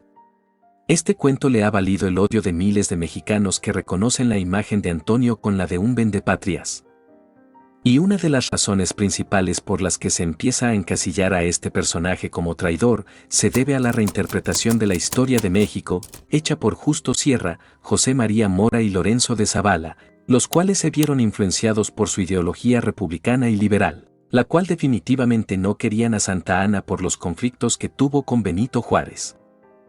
Igual, durante el sexenio de Adolfo López Mateos, se encargaron de actualizar los libros de historia que llegarían a las escuelas. En esas llamadas actualizaciones, lo que se hizo fue exaltar el patriotismo de los héroes mexicanos como Miguel Hidalgo, Benito Juárez, Emiliano Zapata, entre otros, y de los villanos, donde figuraba el nombre de Antonio López de Santa Anna, en el cual solo se hablaba de los errores y traiciones del general. Dejando de lado sus victorias y la importancia de su papel en la historia mexicana, olvidando que este militar ganó varias batallas contra los españoles que fueron decisivas para que México lograra su independencia, y dio una importante guerra contra los estadounidenses. Incluso en los textos, se responsabiliza indirectamente a Santa Anna de la pérdida de casi la mitad del país, aunque no vendió el territorio a nadie. Simplemente le tocó perder batallas decisivas contra Estados Unidos en diferentes momentos que provocaron la pérdida de este. Guerra número 2. México contra franceses. Siempre me he preguntado por qué cada mes de mayo, las escuelas y el gobierno nos hacen escuchar la misma mentira donde el ejército mexicano derrotó a las tropas más poderosas del mundo lideradas por Napoleón III. Al final es muy sencillo mentir en un país donde la historia se enseña ideológicamente y en las aulas no se nos enseña a pensar sino a repetir. Es por eso que casi nadie se pregunta por qué si ganamos contra los franceses en la batalla de Puebla. La bandera de Francia seguía ondeando varios meses después en Palacio Nacional y México estaba sometido por el ejército de Napoleón. La respuesta es fácil, no hay nada que celebrar el 5 de mayo, en realidad nunca hubo una expulsión de los franceses. Desgraciadamente en este país la historia es reinventada para hacer héroes y villanos a conveniencia, la cual luego se imprime como verdad absoluta en los libros de texto con los que se adoctrina a la mayoría de los mexicanos.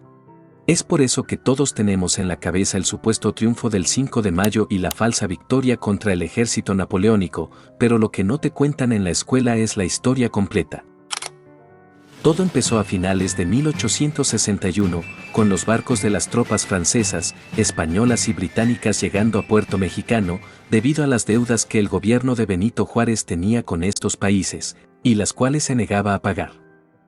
Se les debían alrededor de $70 millones de la época, por lo que las tres naciones formaron una alianza tripartita para forzar a México y a Juárez a liquidar la deuda. La verdad es que las fuerzas marítimas y militares de estas naciones veían en México un juego de niños, teniendo enfrente a un país débil, relativamente nuevo, y dividido por las luchas internas por el poder. Era para ellos algo tan fácil ya que las intervenciones imperialistas a países pequeños en esa época eran algo común. Esta intervención llevaría a una guerra que duró casi 5 años en las que solo Francia seguiría su lucha contra México, debido a que en abril de 1862, esta alianza se rompió porque España e Inglaterra se dieron cuenta de que la nación francesa tenía otro tipo de interés, un interés expansionista, el cual era derrocar al gobierno republicano de México para establecer una monarquía, con el objetivo de contrarrestar el creciente poder de Estados Unidos. El gobierno mexicano, bien o mal, pudo lograr acuerdos con Inglaterra y España, estos tomaron sus navíos y se fueron, pero Napoleón III pensaba extender su imperio en el continente americano y tomó como excusa la deuda, por lo que las tropas francesas se quedaron en las costas mexicanas y a finales de abril se dio la orden para que Lorenzés, líder del ejército francés, se pusiera en marcha, junto con sus soldados, hacia Puebla, con el fin de apoderarse de la Ciudad de México.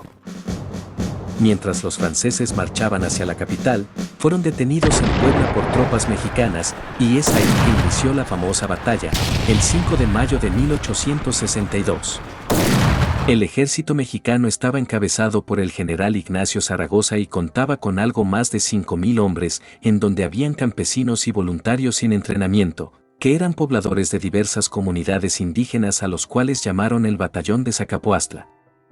Esta comunidad nativa se anexó inesperadamente para resistir la invasión francesa con palos y machetes, según documentos de la CNDH y datos de la Secretaría de Defensa Nacional. Por otro lado, las tropas invasoras, dirigidas por el conde de Lorenzés, contaba con unos 6,000 soldados, superándolos en número y también en experiencia y armamento. Además, el Regimiento de México no solo tuvo que luchar con el ejército francés, sino también contra las brigadas de Leonardo Márquez, un militar mexicano al que le apodaban el Tigre de Tacubaya, que apoyaba a la invasión francesa. Por esta razón, Zaragoza tuvo que dividir a su ejército en dos, el primero liderado por Miguel Negrete y el segundo por Porfirio Díaz, los cuales ayudaron a Zaragoza en la misión de contener a los dos ejércitos. Con garra y honor pelearon contra unos confiados franceses, los cuales viéndose superados, iniciaron la retirada y de esta manera obtuvieron la supuesta victoria al obligar al escuadrón francés a replegarse a Córdoba. La verdad es que un auténtico triunfo hubiese sido ir tras ellos y hacerlos regresar hasta sus barcos, pero lo que pasó es que una vez que el ejército invasor huyó, las tropas mexicanas cancelaron el ataque, por órdenes del general Ignacio Zaragoza, quien no supo ni quiso asegurar el triunfo. A pesar de que el general de brigada que abanderó a las tropas del 5 de mayo en el terreno de batalla, Porfirio Díaz, insistía en perseguirlos y continuar el ataque. Al hacer caso omiso al general Díaz, los franceses se establecieron en Córdoba, donde se reagruparon y se les unieron más soldados enviados por Napoleón III. Casi un año después, una vez que se habían recuperado, embistieron de nuevo y se enfrentaron otra vez al ejército mexicano en una segunda batalla, la cual se perdió muy fácilmente, y hay que decir que de este acontecimiento no hablan, es más ni verán nada en los libros de historia. Y es por esta razón que en marzo de 1863 las tropas invasoras tomaron Puebla y siguieron su avance hasta la Ciudad de México, entrando victoriosos el 7 de julio de 1863. Así que la batalla del 5 de mayo y su fugaz victoria en la segunda intervención de Francia en el país solo retrasó un año lo inevitable. La llegada de los franceses a la capital de México, donde instauraron una monarquía al mando de Maximiliano de Habsburgo, quien se convirtió en emperador el 10 de abril de 1864, del cual hablamos en un video que te invito a ver en el canal. Pero en este momento, solo centrémonos en recordar que a solo 2 años de su nombramiento, en marzo de 1866, Maximiliano había perdido el apoyo de Napoleón III, el cual retiró sus tropas del país, dejándolo solo y desamparado, porque 2 militares mexicanos no habían dejado de pelear para reconquistar el territorio. Estos eran los generales Mariano Escobedo, que luchaba en el norte, y Porfirio Díaz en el sur. Para 1867 Maximiliano y su imperio comenzaron a perder poder, fue cuando Escobedo recuperó Querétaro, y Díaz empezaría la tercera batalla de Puebla, efectuada el 2 de abril de 1867, donde el ejército mexicano liderado por el general Díaz derrotó a las tropas francesas. Los expulsó de la ciudad y los hizo huir hasta el Golfo de México, en donde subieron a sus barcos, listos para irse. Después de eso, entró a la capital, donde venció a los últimos batallones enemigos, les perdonó la vida a los franceses vencidos y fusiló a los mexicanos que habían sido traidores. Así que el 15 de julio de 1867, Díaz dio gracias a sus tropas y le entregó la Ciudad de México al presidente Benito Juárez. Tras ese triunfo, Díaz fue conocido durante muchos años como el héroe del 2 de abril, por su mérito, su arrojo y su valor en el campo de batalla, y por mucho tiempo la fecha fue conmemorada como un acto militar decisivo que sacó al Imperio de México. Si esto no te lo cuentan en la escuela y tampoco lo has escuchado en ningún lado, es porque años después, los ganadores de la revolución borrarían esta fecha, quitándola de las celebraciones oficiales.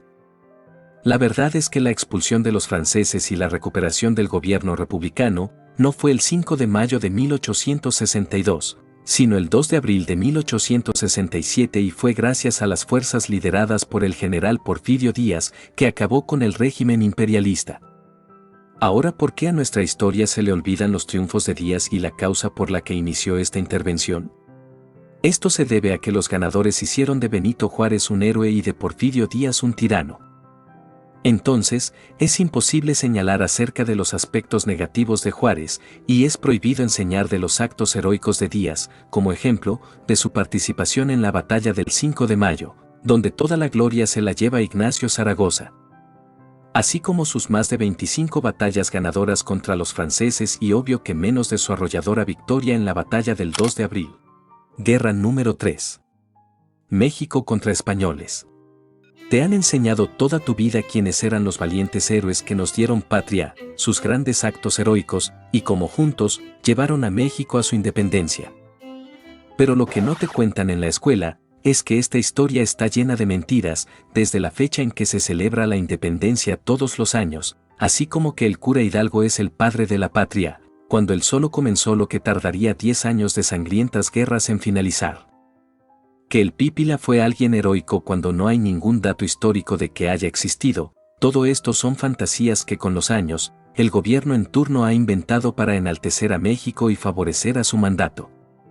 Es por eso que aquí están las 5 mentiras más grandes de la independencia de México.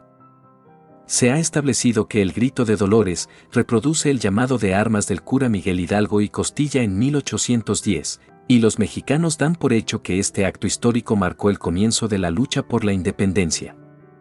La verdad es que la noche del 15 de septiembre de 1810 fue un sábado más en el territorio que más tarde se convirtió en México. A las 11 de la noche todo parecía normal, solo un pequeño grupo de personas se reunió con Hidalgo en Dolores, actual estado de Guanajuato.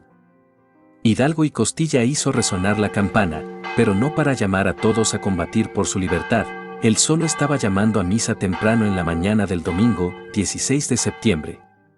Así fue como varios del poblado se reunieron para escuchar y compartir las plegarias, como se hacía regularmente.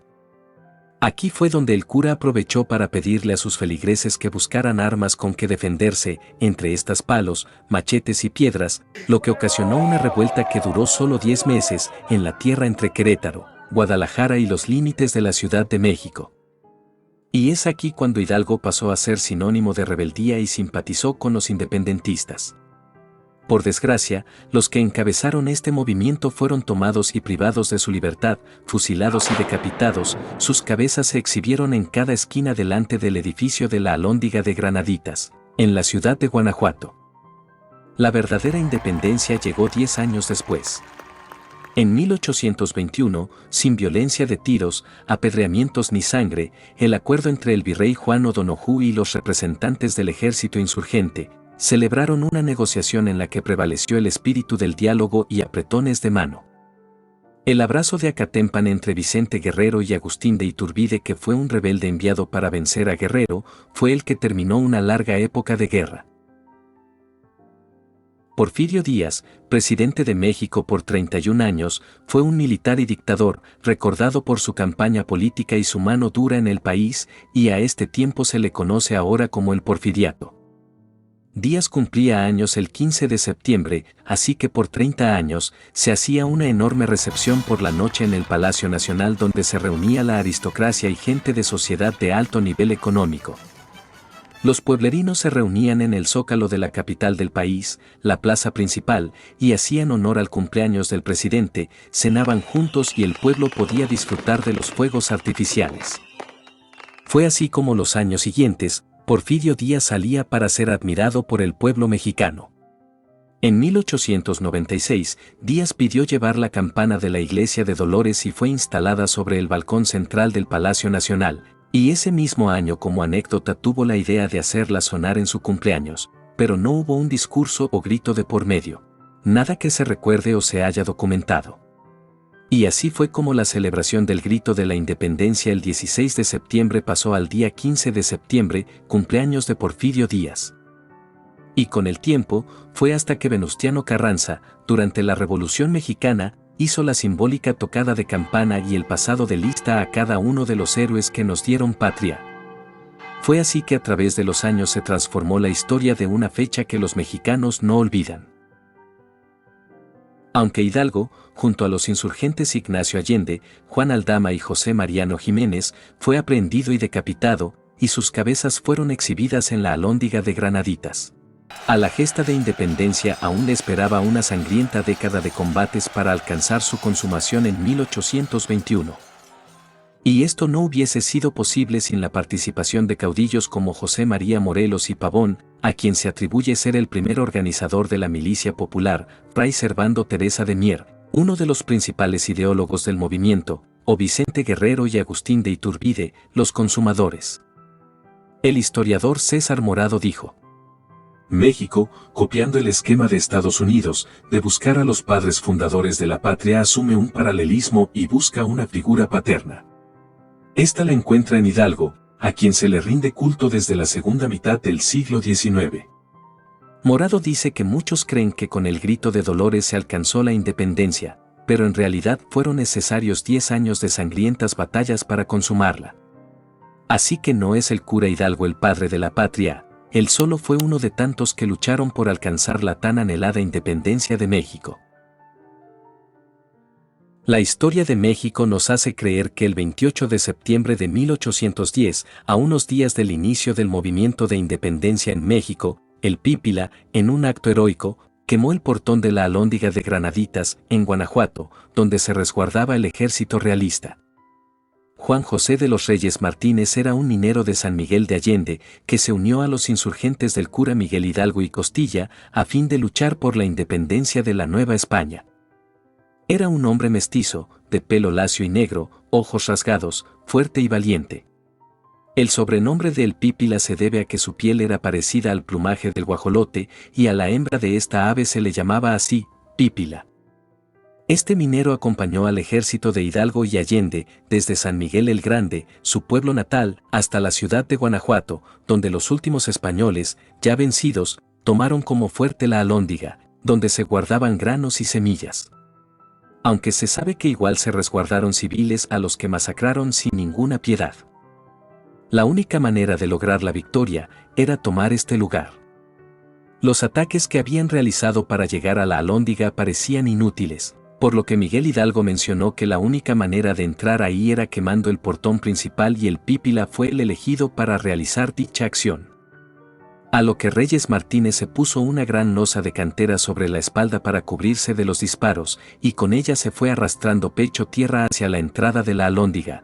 En una mano portaba una antorcha y en la otra brea o aceite, el cual untó en el portón, con lo que inmediatamente se incendió el umbral y permitió al ejército insurgente penetrar la fortaleza y pelear contra los españoles para adueñarse de ella. Sin embargo, el Pípila es un mito, ya que se ha demostrado que no hay pruebas, documentos o referencias que constaten su existencia, solo otro invento más del gobierno en turno de México. El historiador Carlos Eduardo Díaz, en el texto 100 personajes pintorescos en la historia de México escribe: Hidalgo supo que la única manera de tomar este depósito era incendiar la puerta. Por eso, exclamó con valerosa voz, Pípila. La patria necesita tu valor, ¿te atreves a quemar la puerta de la Alhóndiga? Juan José no lo pensó. Se ató una losa a la espalda y entre la lluvia de balas cumplió su cometido gracias a una antorcha. Hermosa y patriótica historia. Lástima que es falsa. Hidalgo estaba demasiado lejos, a salvo de las balas, y el Pípila jamás existió. De acuerdo a diversas investigaciones, el sacerdote criollo formaba parte de un grupo de conspiradores encabezados por Ignacio Allende, los cuales buscaban que aquellos nacidos en América, de padres españoles, tuvieran acceso al poder político, no luchaban por la independencia del país. Motivo por el cual, en el grito de la madrugada del 16 de septiembre, se lanzó un llamado a apoyar el regreso de la corona y destruir a la autoridad virreinal, mientras Europa se encontraba bajo el poder del ejército francés.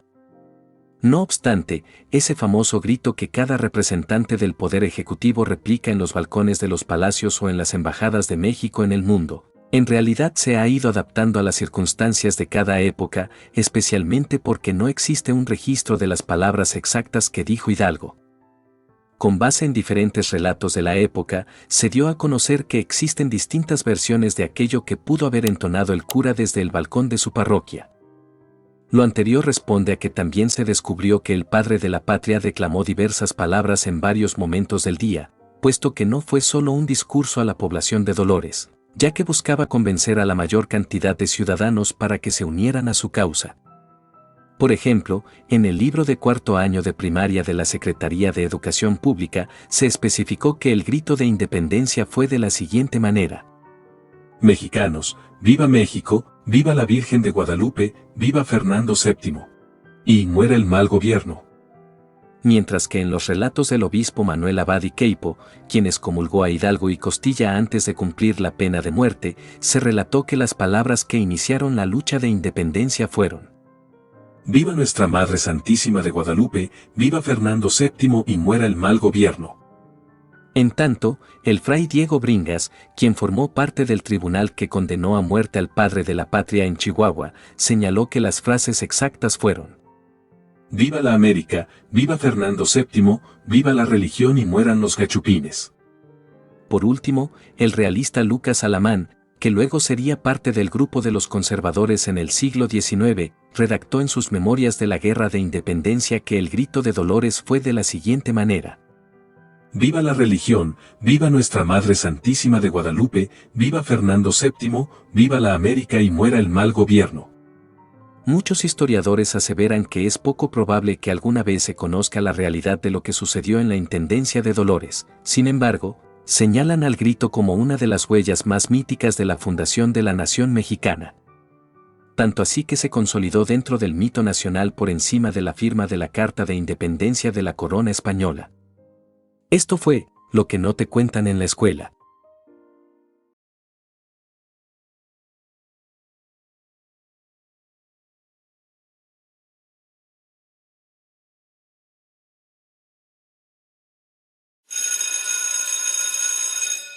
Las mentiras del descubrimiento de América. Empecemos con una aclaración.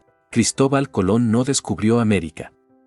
Se descubre algo que es virgen, no un continente que estaba poblado por millones de personas, con culturas de élite y un desarrollo muchas veces superior al europeo. Después de aclarar la primer gran mentira, veamos las que siempre te enseñan en la escuela. Algunos autores han señalado que Colón se comportó siempre como un hombre egoísta y sin ningún principio de honor, y no solamente fue despiadado con los indios, sino aún contra sus fieles marinos y amigos. Como cuando en el descubrimiento, los reyes católicos ofrecieron, al primero de los tripulantes de sus 3 carabelas que viera tierra, pagarles una pensión de 10,000 maravedís. Pues bien, a las 2 de la madrugada del día 12 de octubre, fecha que no es la correcta, lo cual veremos más tarde, Rodrigo de Triana dio la voz de tierra, con lo cual él habría ganado el dinero ofrecido. El caso es que Colón dijo que la noche del día 11, antes de irse a cama, a eso de las 10 de la noche, le pareció haber visto, a lo lejos, una luz que era como una candelilla de cera que se alzaba y se levantaba, y como es de imaginarse, Colón se hizo pagar la pensión alegando haber sido él el primero en ver tierra, que en todo caso no fue tierra sino luz la que vio, y la orden decía expresamente que había de ser tierra. Esta sucia acción retrata muy bien quién fue Cristóbal Colón. Colón fue cruel por muchas razones, siendo la principal el oro. El que le pusiera dificultades en sus negocios, lo fulminaba sin piedad. Muchos de sus compañeros decían que a Colón le podían arrancar el corazón, pero no la bolsa. Su sed de oro lo hizo cometer muchos crímenes. Como por ejemplo cuando introdujo la costumbre de cortarles la nariz y las orejas a aquellos indios que trataban de huir, o que se mostraban renuentes a trabajar para él o a soportar la esclavitud. Y con este mismo propósito introdujo la costumbre de amaestrar perros bravos, para perseguir a los indios desnudos quienes huían por no poder pagar el impuesto de oro que se les exigía. Hay una historia que relata en sus libros de viajes donde, cierta vez, convencido Colón de que no lograría dominar por la fuerza al indio Caonabo, que era un cacique de la isla de la Española, hoy República Dominicana y Haití, señor del territorio de Maguana, uno de los 5 cacicazgos en que se dividía la isla. Entonces le dio la siguiente orden a su teniente Alonso de Ojeda: invitad al indio Caonabo, amigablemente, a que venga a nuestro campamento para hacer con él un arreglo amistoso, y tan pronto llegue, capturadlo. Ojeda cumplió la orden y el confiado indio fue a la amistosa cita donde fue hecho prisionero, muriendo poco tiempo después. Colón, lejos de ser víctima, fue victimario, lejos de ser descubridor fue un usurpador, más que un explorador, resultó ser un explotador. Otro navegante se habría dedicado principalmente a hacer investigaciones científicas en los lugares que visitaba durante sus viajes a ultramar.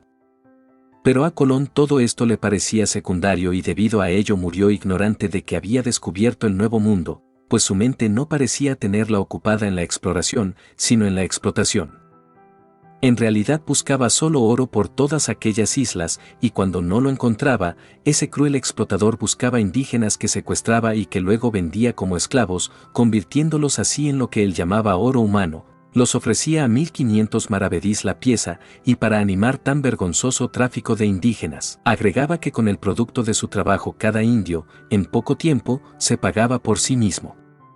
La verdad es que, mientras era gobernador de la isla de la Española, Colón era conocido por sus métodos tiránicos y brutales. Los españoles se quejaban de su paupérrima gestión y de la ligereza con la que mandaba ejecutar a los suyos en el patíbulo.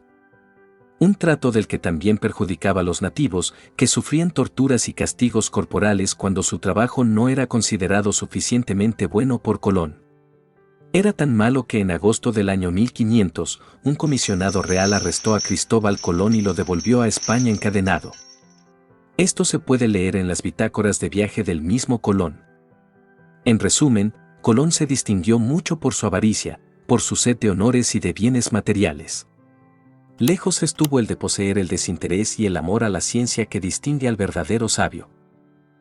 Cristóbal Colón no llegó a América el 12 de octubre. Veamos, el calendario que manejamos en la actualidad no es el mismo que había en la época en la que vivió Cristóbal Colón. Cuando el navegante inició sus viajes, se empleaba el calendario juliano, cuyo uso se había instaurado en la antigua Roma, un calendario que, prácticamente un siglo después, los astrónomos descubrieron que no era exacto. Al ser advertido de este hecho en 1582, el Papa Gregorio decidió corregir este error y se pasó de golpe del 4 de octubre de 1582 al 15 de octubre de 1582, la fecha real. Los días intermedios entre ambas fechas no se perdieron, simplemente no se habían contabilizado bien con el calendario juliano. Por lo tanto, los astrónomos apuntan que Colón debió llegar a tierras americanas un 20 o 21 de octubre y no el día 12 de octubre, como se nos ha hecho creer. Las carabelas y sus falsos nombres. En realidad fueron 2 carabelas y una nao. El nombre original de la nao era María Galante, aunque Cristóbal Colón decidió cambiarle el nombre la Santa María. La diferencia entre las nao y las carabelas es que las primeras tienen castillo de proa y las segundas carecen del mismo. Al igual que la Santa María se llamó originariamente María Galante, pero Colón decidió cambiarle el nombre por el que han pasado a la historia las otras 2 naves no es el real. La tradición náutica hacía que los barcos fuesen bautizados con nombres de santas. Sin embargo, la marinería tendía a poner apodos a las embarcaciones. De este modo, el nombre real de la niña era el de Santa Clara. Sin embargo, el nombre real de la Pinta no se ha sabido aún, aunque es seguro que no se llamara así. Colón no fue el primero en pisar tierras americanas. Tal como se lo plantea, parecería que él fue el primero en llegar a nuestro continente y eso no es cierto. Hoy en día existen suficientes evidencias de que otros llegaron antes que él. Para 1992, cuando se conmemoraba el 5º centenario de la llegada de Cristóbal Colón a América, los historiadores ya habían acordado que aquello no fue ningún descubrimiento, pues había referencias de la llegada previa de otros europeos, como Erik el Rojo y su hijo Leif.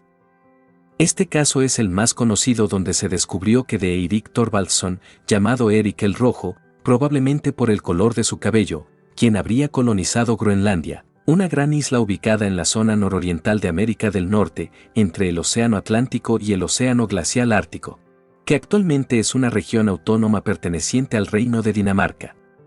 Su historia figura en la saga de Eirik el Rojo, una de las muchas sagas islandesas que son obras fundamentalmente literarias pero constituyen la principal fuente para los estudios de la colonización vikinga en América.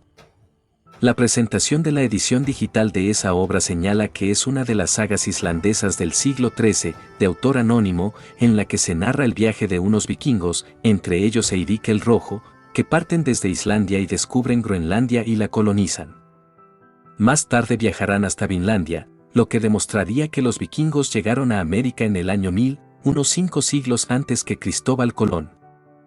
Ahora bien, ¿cómo se le llama a esta conmemoración en los diferentes países? El 12 de octubre es festivo en España desde 1918 bajo la denominación de Fiesta de la Raza. Bajo la dictadura de Franco, en 1940, pasa a llamarse Día de la Raza, pero en 1958, también durante el franquismo, su nombre cambió por segunda vez a Fiesta de la Hispanidad, y en 1987 cambia su nombre por el de Fiesta Nacional de España. Denominación que se mantiene en el presente. Igualmente, cada país de América Latina llama a este día de un modo distinto. Por ejemplo, en Venezuela comenzó llamándose Día de la Raza, sin embargo, en el año 2002, el presidente Hugo Chávez cambió su nombre por el de Día de la Resistencia Indígena, a raíz de una serie de peticiones de colectivos indígenas. En Bolivia se llama Día de la Descolonización, anteriormente se había llamado Día de la Liberación, de la Identidad y de la Interculturalidad. En Bahamas lo llaman Día del Descubrimiento. Mientras tanto, en Argentina lo llaman Día del Respeto a la Diversidad Cultural desde el año 2010, hasta entonces se llamó Día de la Raza, una denominación que sin embargo se sigue manteniendo en Honduras. En Estados Unidos lo llaman Día de Colón y es una festividad fuertemente ligado a su numerosa comunidad italoamericana. Y como dato curioso, Cuba es el único país hispanoamericano que no celebra este día. En su lugar celebra el 10 de octubre, día en el que comenzó su guerra de la independencia contra España en el año 1868. Las mentiras sobre los aztecas. La civilización azteca fue una de las más importantes culturas mesoamericanas. Habitó el Valle de México entre 1345 y 1521 después de Cristo y se convirtió en la cultura dominante de la región hasta la llegada de los conquistadores españoles. Conquistando a los pueblos vecinos e imponiendo el pago de tributos, los aztecas crearon un imperio teocrático desde la ciudad Tenochtitlán, y asimismo fueron reconocidos por la ferocidad de sus guerreros y la riqueza de sus ciudades. Además desarrollaron su propio sistema de escritura con el que registraron sus historias, el linaje de sus reyes y sus creencias religiosas. Por ello, la civilización azteca es una de las culturas precolombinas mejor documentadas de la historia. Y hay que aclarar que a la llegada de los españoles, el imperio azteca se encontraba en su auge, y si bien muchas ciudades, objetos y códices fueron destruidos durante la conquista, todavía siguen apareciendo hallazgos arqueológicos que permiten a los especialistas conocer mejor el pasado azteca. El origen del pueblo azteca es algo incierto, pero los vestigios de su tradición sugieren que fueron cazadores y recolectores en la meseta del norte de México antes de que llegaran a la región del Valle Central de Mesoamérica, alrededor del siglo XII. La palabra azteca proviene de la lengua náhuatl y significa gente que vino de Aztlán. Según sus leyendas, el pueblo azteca abandonó Aztlán, lugar donde vivían, y migró por décadas hasta encontrar el lugar ideal para asentarse y construir su capital. Su camino pasó por numerosos lugares, pero ninguno de ellos parecía lo suficientemente perfecto para alojarse de forma definitiva, por lo que el viaje se mantuvo durante más tiempo. Se dice que siempre que llegaban a una zona ya habitada tenían tensiones con otros pueblos, ya que eran una cultura muy belicosa para el pensamiento general de los pueblos de la zona. Siguiendo las señales divinas fueron a un lago donde fundaron la ciudad de Tenochtitlán, convirtiéndose en soldados mercenarios de otra civilizaciones más poderosa de la zona. Poco a poco, los mexicas se volvieron la civilización militar por excelencia de la zona, aumentando su influencia. Con las victorias militares contra los que antes eran sus señores hicieron que se convirtieran en uno de los pueblos más importantes de toda la América precolombina.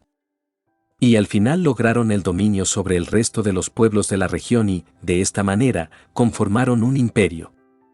Hay que aclarar que el término azteca alude a un conjunto de pueblos de origen diverso que habitaron el Valle de México entre los siglos XIV y XVI, como el mexica, Acolua, Chalca, Xochimilco, Tepanec, entre otros. Pero los mexicas fueron quienes comúnmente se conocen como aztecas. Los aztecas tenían una sociedad estratificada en tres grupos. Los primeros, llamados pipiltin, que eran la nobleza que constituía el grupo privilegiado que controlaba el gobierno y la religión. Los nobles no pagaban tributos y poseían tierras que eran trabajadas por los campesinos macehualtin. Podían vestir con ropas y joyas que estaban prohibidas al resto de la población, como plumas, telas de algodón, joyas de oro y piedras preciosas. Después seguían los macehualtin. Este grupo estaba integrado por artesanos, comerciantes y campesinos, que además de pagar tributos en especie al Estado, debían trabajar en las tierras de los pipiltin y en la construcción de obras públicas, como caminos, puentes, palacios y templos. Algunos artesanos que sobresalían por sus obras lograban acceder a la nobleza. Y hasta abajo estaban los esclavos, que eran prisioneros de las guerras que llevaban a cabo los aztecas para conquistar territorios, aunque también podían ser personas que habían cometido algún delito y la esclavitud era su castigo. Debían trabajar para sus amos y podían ser víctimas de los sacrificios humanos en los rituales religiosos. Además, toda la sociedad azteca estaba dividida en 20 clanes llamados calpullis, palabra náhuatl que significa casa grande. Cada calpulli estaba conformado por familias de ascendencia común y tenía un templo, tierras de cultivo y un jefe o calpuyec. La ciudad de Tenochtitlán se dividía en 4 sectores y cada uno contaba con varios calpullis. El imperio azteca era una teocracia gobernada por un monarca llamado Tlatoani. Los aztecas creían que el poder del monarca era sagrado y venía de los dioses. En la práctica, el Tlatoani era elegido por un consejo integrado por representantes de cada uno de los 20 calpullis, grupo de parentesco en el que se dividía la sociedad azteca. El tlatoani electo gobernaba de por vida y se convertía en el jefe supremo del Estado, del ejército y de la religión.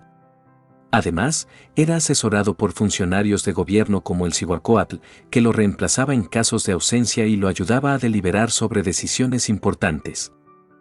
A lo largo de su historia, los aztecas tuvieron 11 tlatoanis, diré sus nombres y el significado de este. Acamapichtli, puñado de cañas. Huitzilihuitl, pluma de colibrí. Chimalpopoca, escudo humeante. Itzcoatl, serpiente de obsidiana. Moctezuma Iluicamina, el enojado, la flecha al cielo. Axayacatl, el de la máscara de agua. Tizac, el que hace sacrificios. Ahuizotl, el espinoso del agua. Moctezuma Xocoyotzin, el enojado, el joven. Cuitláhuac, excremento divino. Cuauhtémoc, sol descendente. Estos fueron los tlatoanis hasta la llegada de los españoles. La riqueza de la economía azteca se debió a varios factores. El más importante, el control sobre los pueblos vecinos que les proporcionó mano de obra constante para realizar todo tipo de trabajos, como la construcción de templos, palacios, caminos, obras de irrigación, el acarreo de mercaderías comerciales o la agricultura. Además, los pueblos sometidos debían pagar tributos en especie, por lo que los pipiltin contaban con abundantes materias primas y productos. El desarrollo de técnicas agrícolas les permitió cultivar todo tipo de tierras.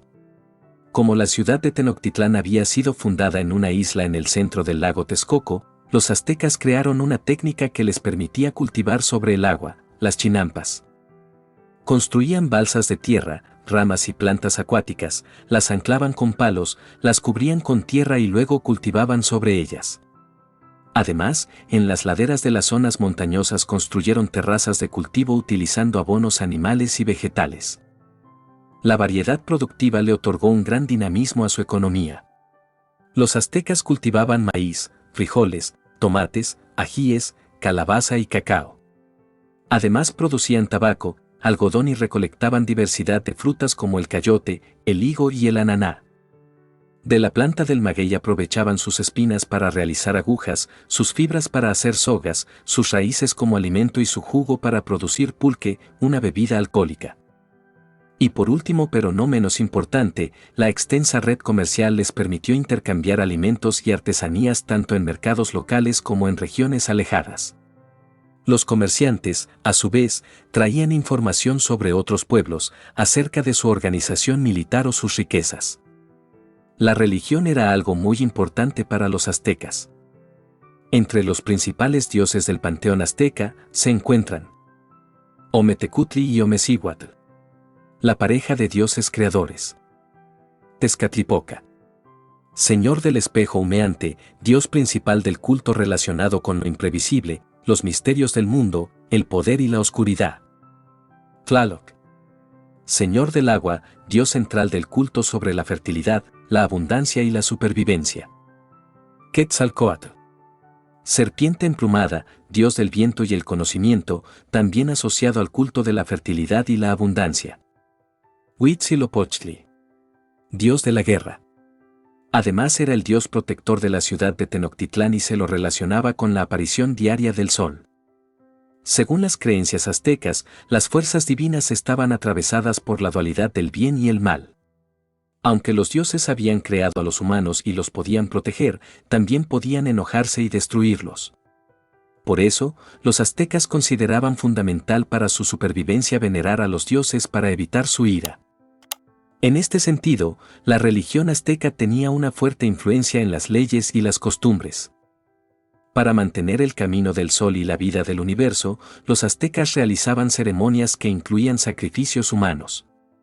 Consideraban que la vida de las personas era sagrada porque había sido otorgada por los dioses. Sin embargo, también creían que a través de rituales con ofrendas de sangre y corazones humanos podían aplacar la ira de los dioses y conseguir su protección. En este sentido, la guerra tenía un rol sagrado, obtener prisioneros de guerra que sirvieran como sacrificio a los dioses para mantener el equilibrio del universo y evitar el fin del mundo. Como nos hemos dado cuenta, los aztecas estaban en auge, con un sistema muy bien construido, en todos lados, destinado a ser una gran nación, y no solo un montón de gente con taparrabos y palos, sin educación. Las mentiras de la conquista española. Uno de los mitos más sonados que surgen de la historia de la conquista tiene que ver con el penúltimo tlatoani Moctezuma Xocoyotzin, a quien le toca el momento histórico del encuentro con los españoles. Visto usualmente como un cobarde, al gobernante mexica se le achaca el no atacar a los conquistadores y acabar con ellos cuando tenía la ventaja tanto numérica como estratégica para hacerlo. ¿Cuántos de nosotros no hicimos coraje al leer en nuestros libros de historia que en lugar de luchar, dejó que se instalaran en Tenochtitlán y lo hicieran prisionero? De ahí que Cuitláhuac y Cuauhtémoc sean los grandes héroes de la resistencia tenochca, recuperando a pesar de ser terriblemente derrotados, el orgullo del pueblo del Sol. Incluso se menciona que 10 años antes de la llegada de Hernán Cortés a tierras mexicanas, sucedieron 8 presagios que advirtieron a Moctezuma que un gran peligro y derrota se presentaría, y que no podría hacer nada al respecto. Según relatos recopilados en el texto clásico La visión de los vencidos, de Miguel León Portilla, explican que por ello el tlatoani se mostraría indeciso y temeroso de llevar a su pueblo a la guerra. Lo cierto es que Moctezuma buscó detener en varias ocasiones al ejército español y a sus aliados indígenas, pero no lo logró. Batallas como la de Centla al inicio de la llegada de los españoles o el intento fallido de emboscada en Cholula, ya cuando al ejército de Cortés se le habían unido tlaxcaltecas y totonacos, dejaron en claro para el tlatoani de que se enfrentaba a un enemigo muy poderoso que concentraba una rebelión que podría salirse de sus manos. De ahí que buscara bajo otro tipo de estrategias como la diplomática, lograr contener al ejército español. Esta estrategia rindió de cierta forma buenos dividendos, pero solo unos cuantos meses, ya que sucedió la tragedia que acabaría en la Gran Guerra. Ante la llegada de Pánfilo de Narváez a costas veracruzanas, Hernán Cortés salió a su encuentro dejando a cargo a Pedro de Alvarado, quien llevaría los actos de guerra, conocidos como la Matanza de Templo Mayor, por lo cual fue recriminado por Cortés, que se vio obligado a volver apresuradamente a Tenochtitlán a socorrerlo. Alvarado alegó que los aztecas estaban preparando sacrificios humanos para la fiesta del Tózcatl, incumpliendo su promesa de no hacerlo, y que había sido advertido de que con la fiesta se preparaba una trampa para atacar a los españoles. Muchas fuentes coinciden en denunciar que Alvarado ordenó sin previo aviso que se atacara a los danzantes de la fiesta, asesinando a personas desarmadas. Los testimonios aztecas recogidos por Fray Bernardino de Sahagún describen una cruel carnicería, acto que terminaría con la respuesta bélica del pueblo mexica a los españoles y sus aliados. Y desde ese momento, los acontecimientos se precipitaron. Moctezuma, junto a algunos de sus familiares y consejeros, fue apresado por Cortés y sus capitanes, quienes temían un ataque en el interior de la ciudad. Entonces Cortés intentó utilizar a su prisionero Moctezuma para calmar a sus súbditos, y el tlatoani le advirtió que no serviría de nada, pues su pueblo, al verlo preso, ya había elegido a otro señor. Pero Cortés insistió y Moctezuma, resignado, salió a la azotea, donde recibió una pedrada en la cabeza. Y al parecer acabó con su vida 3 días después. De esta forma, el 30 de junio de 1520, cerraba sus ojos para siempre el emperador azteca, sin comprender por qué los dioses le habían abandonado. Este fue el triste final de Moctezuma, uno de los gobernantes más injustamente tratados por la historia a pesar de haber conducido el imperio azteca a la cima de su esplendor político y cultural. Si de odio mexicano se trata, la Malinche es una de las figuras que más lo causa, pues representa la traición hecha mujer, quien según los relatos, fue la culpable de que Cortés ganara la guerra y conquistara Tenochtitlán. Para comenzar, ni siquiera sabemos cuál era su nombre original, es Hernán Cortés el que la bautiza bajo el nombre de Marina y que con el tiempo cambiaría constantemente, así que tanto Doña Marina, Malitzin, Malina, o Malinche son formas correctas de nombrar a la misma persona.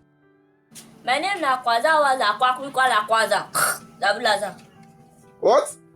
Según el historiador Bernal Díaz del Castillo, la Malinche nació en Painaya, un pequeño poblado cerca de Coatzacoalcos, y fue entregada a Alonso Hernández de Portocarrero, uno de los hombres más cercanos a Cortés, quien descubrió que la Malinche, además de hablar maya, Dominaba la lengua de los aztecas, así que la convirtió en la traductora de los peninsulares para poder comunicarse con Moctezuma, el señor de Tenochtitlán. Si bien la Malinche posteriormente se convertiría en parte de la nobleza española, ella no eligió la vida que se le dio, puesto que fungió como esclava y posteriormente guió a la unificación y consolidación de la conspiración entre indígenas y peninsulares, quienes, gracias a la viruela, lograron la pronta caída del pueblo indígena. Es decir, la caída de Tenochtitlán fue a causa, principalmente de la viruela traída desde el viejo continente y de la alianza entre peninsulares e indígenas, no por una traición de la Malinche. Por lo anterior, se creó un miedo irracional al hecho de tener cierta preferencia por lo extranjero, antes que por lo nacional. Es lo que hoy se conoce como malinchismo y no es otra cosa que una construcción patriótica que solo causa odio y miedo hacia el otro o a lo desconocido. Nomás como chequen, ajá. Tal como refiere el historiador Juan Miguel Zunzinegui, parece que la conquista del mexicano está en su mente y en las historias que se les han contado desde niños. Eso crea una mentalidad en la que siempre serán los conquistados. Aceptar que estamos como estamos y somos como somos, sería un acto de madurez con el que podríamos salvar a nuestro país. Desgraciadamente, fue durante el periodo independiente cuando se creó la mala fama de la Malinche, traidora de la patria e incluso fue tachada de prostituta. Como dice el refrán, que tantas veces se repite una mentira hasta que se convierte en verdad, y eso es lo que injustamente le ha pasado a ella. Lo que nadie se detiene a pensar es que en su época ni siquiera existía México como país. No obstante, aún hay quienes juran y perjuran de su traición sin mirar que fue uno de los personajes indígenas más poderosos e interesantes de aquellos tiempos. No se puede negar que los españoles, con ayuda de la corona, colonizó casi todo el continente de América, pero lo que no te cuentan es que los otros pueblos indígenas aprovecharon la llegada de los conquistadores y sus poderosas armas para dar un golpe de estado en contra de los mexicas y así quitarse la obligación de pagarle los tributos que eran ley en ese entonces. Por culpa de los líderes, como el de Tlaxcala o los totonacas, los españoles obtuvieron conocimiento de los mexicas, así como se les unieron cientos y cientos de ellos y el número de su ejército creció considerablemente, les facilitaron conseguir provisiones y le proveyeron guías para un mejor manejo de los caminos y rutas, y de otros conocimientos que sin la alianza indígena les hubiera llevado mucho más tiempo. Federico Navarrete, historiador y escritor, considera que la verdadera causa del triunfo de los conquistadores es que fueron los mismos pueblos indígenas, quienes vieron una gran oportunidad de rebelarse contra Moctezuma y los mexicas con la llegada a tierras americanas de Hernán Cortés y sus hombres. Otro historiador, Matthew Rastow, igualmente realza que el hecho de que el 13 de agosto el imperio azteca fuera conquistado no es solamente un triunfo español, porque casi el 97% del ejército no era español, era muy variado, ya que se encontraban soldados africanos y descendientes de africanos, de taínos y otros indígenas del Caribe que habían sido tomados como esclavos y obligados a pelear, así como totonacas y otros mesoamericanos que estaban en contra del tlatoani azteca. Todo aquello se podría respaldar, tomando en cuenta que los conquistadores sufrían de inanición, viruela y otras enfermedades que debilitaban la causa. Restal explicó que no se tiene que minimizar el impacto de la invasión española, puesto que estos realizaron masacres en el pueblo indígena, pero la guerra fue una tragedia mexicana y no solo una acción militar española. Como un punto extra, es un mito que se considere la conquista como un hecho asombroso e incluso existen escritos de soldados de esta guerra donde afirmaron que fue un inesperado triunfo contra todo pronóstico. Matthew Restal dijo que la España imperial explicó el hecho como si Dios hubiera estado del lado de los españoles cristianos. El historiador escribió: condenar a los aztecas como traicioneros y sanguinarios bárbaros era crucial para justificar la violencia de las guerras de invasión, una táctica de difamación que se aplicó incluso a los aliados nahuas, a quienes los españoles culparon de la brutalidad del sitio. Este video no está justificando las masacres que realizaban como rituales para sus dioses los aztecas y el sistema de esclavitud que regía. Es solo que siempre es bueno saber la otra parte de la historia, ya sabes, lo que no te cuentan en la escuela.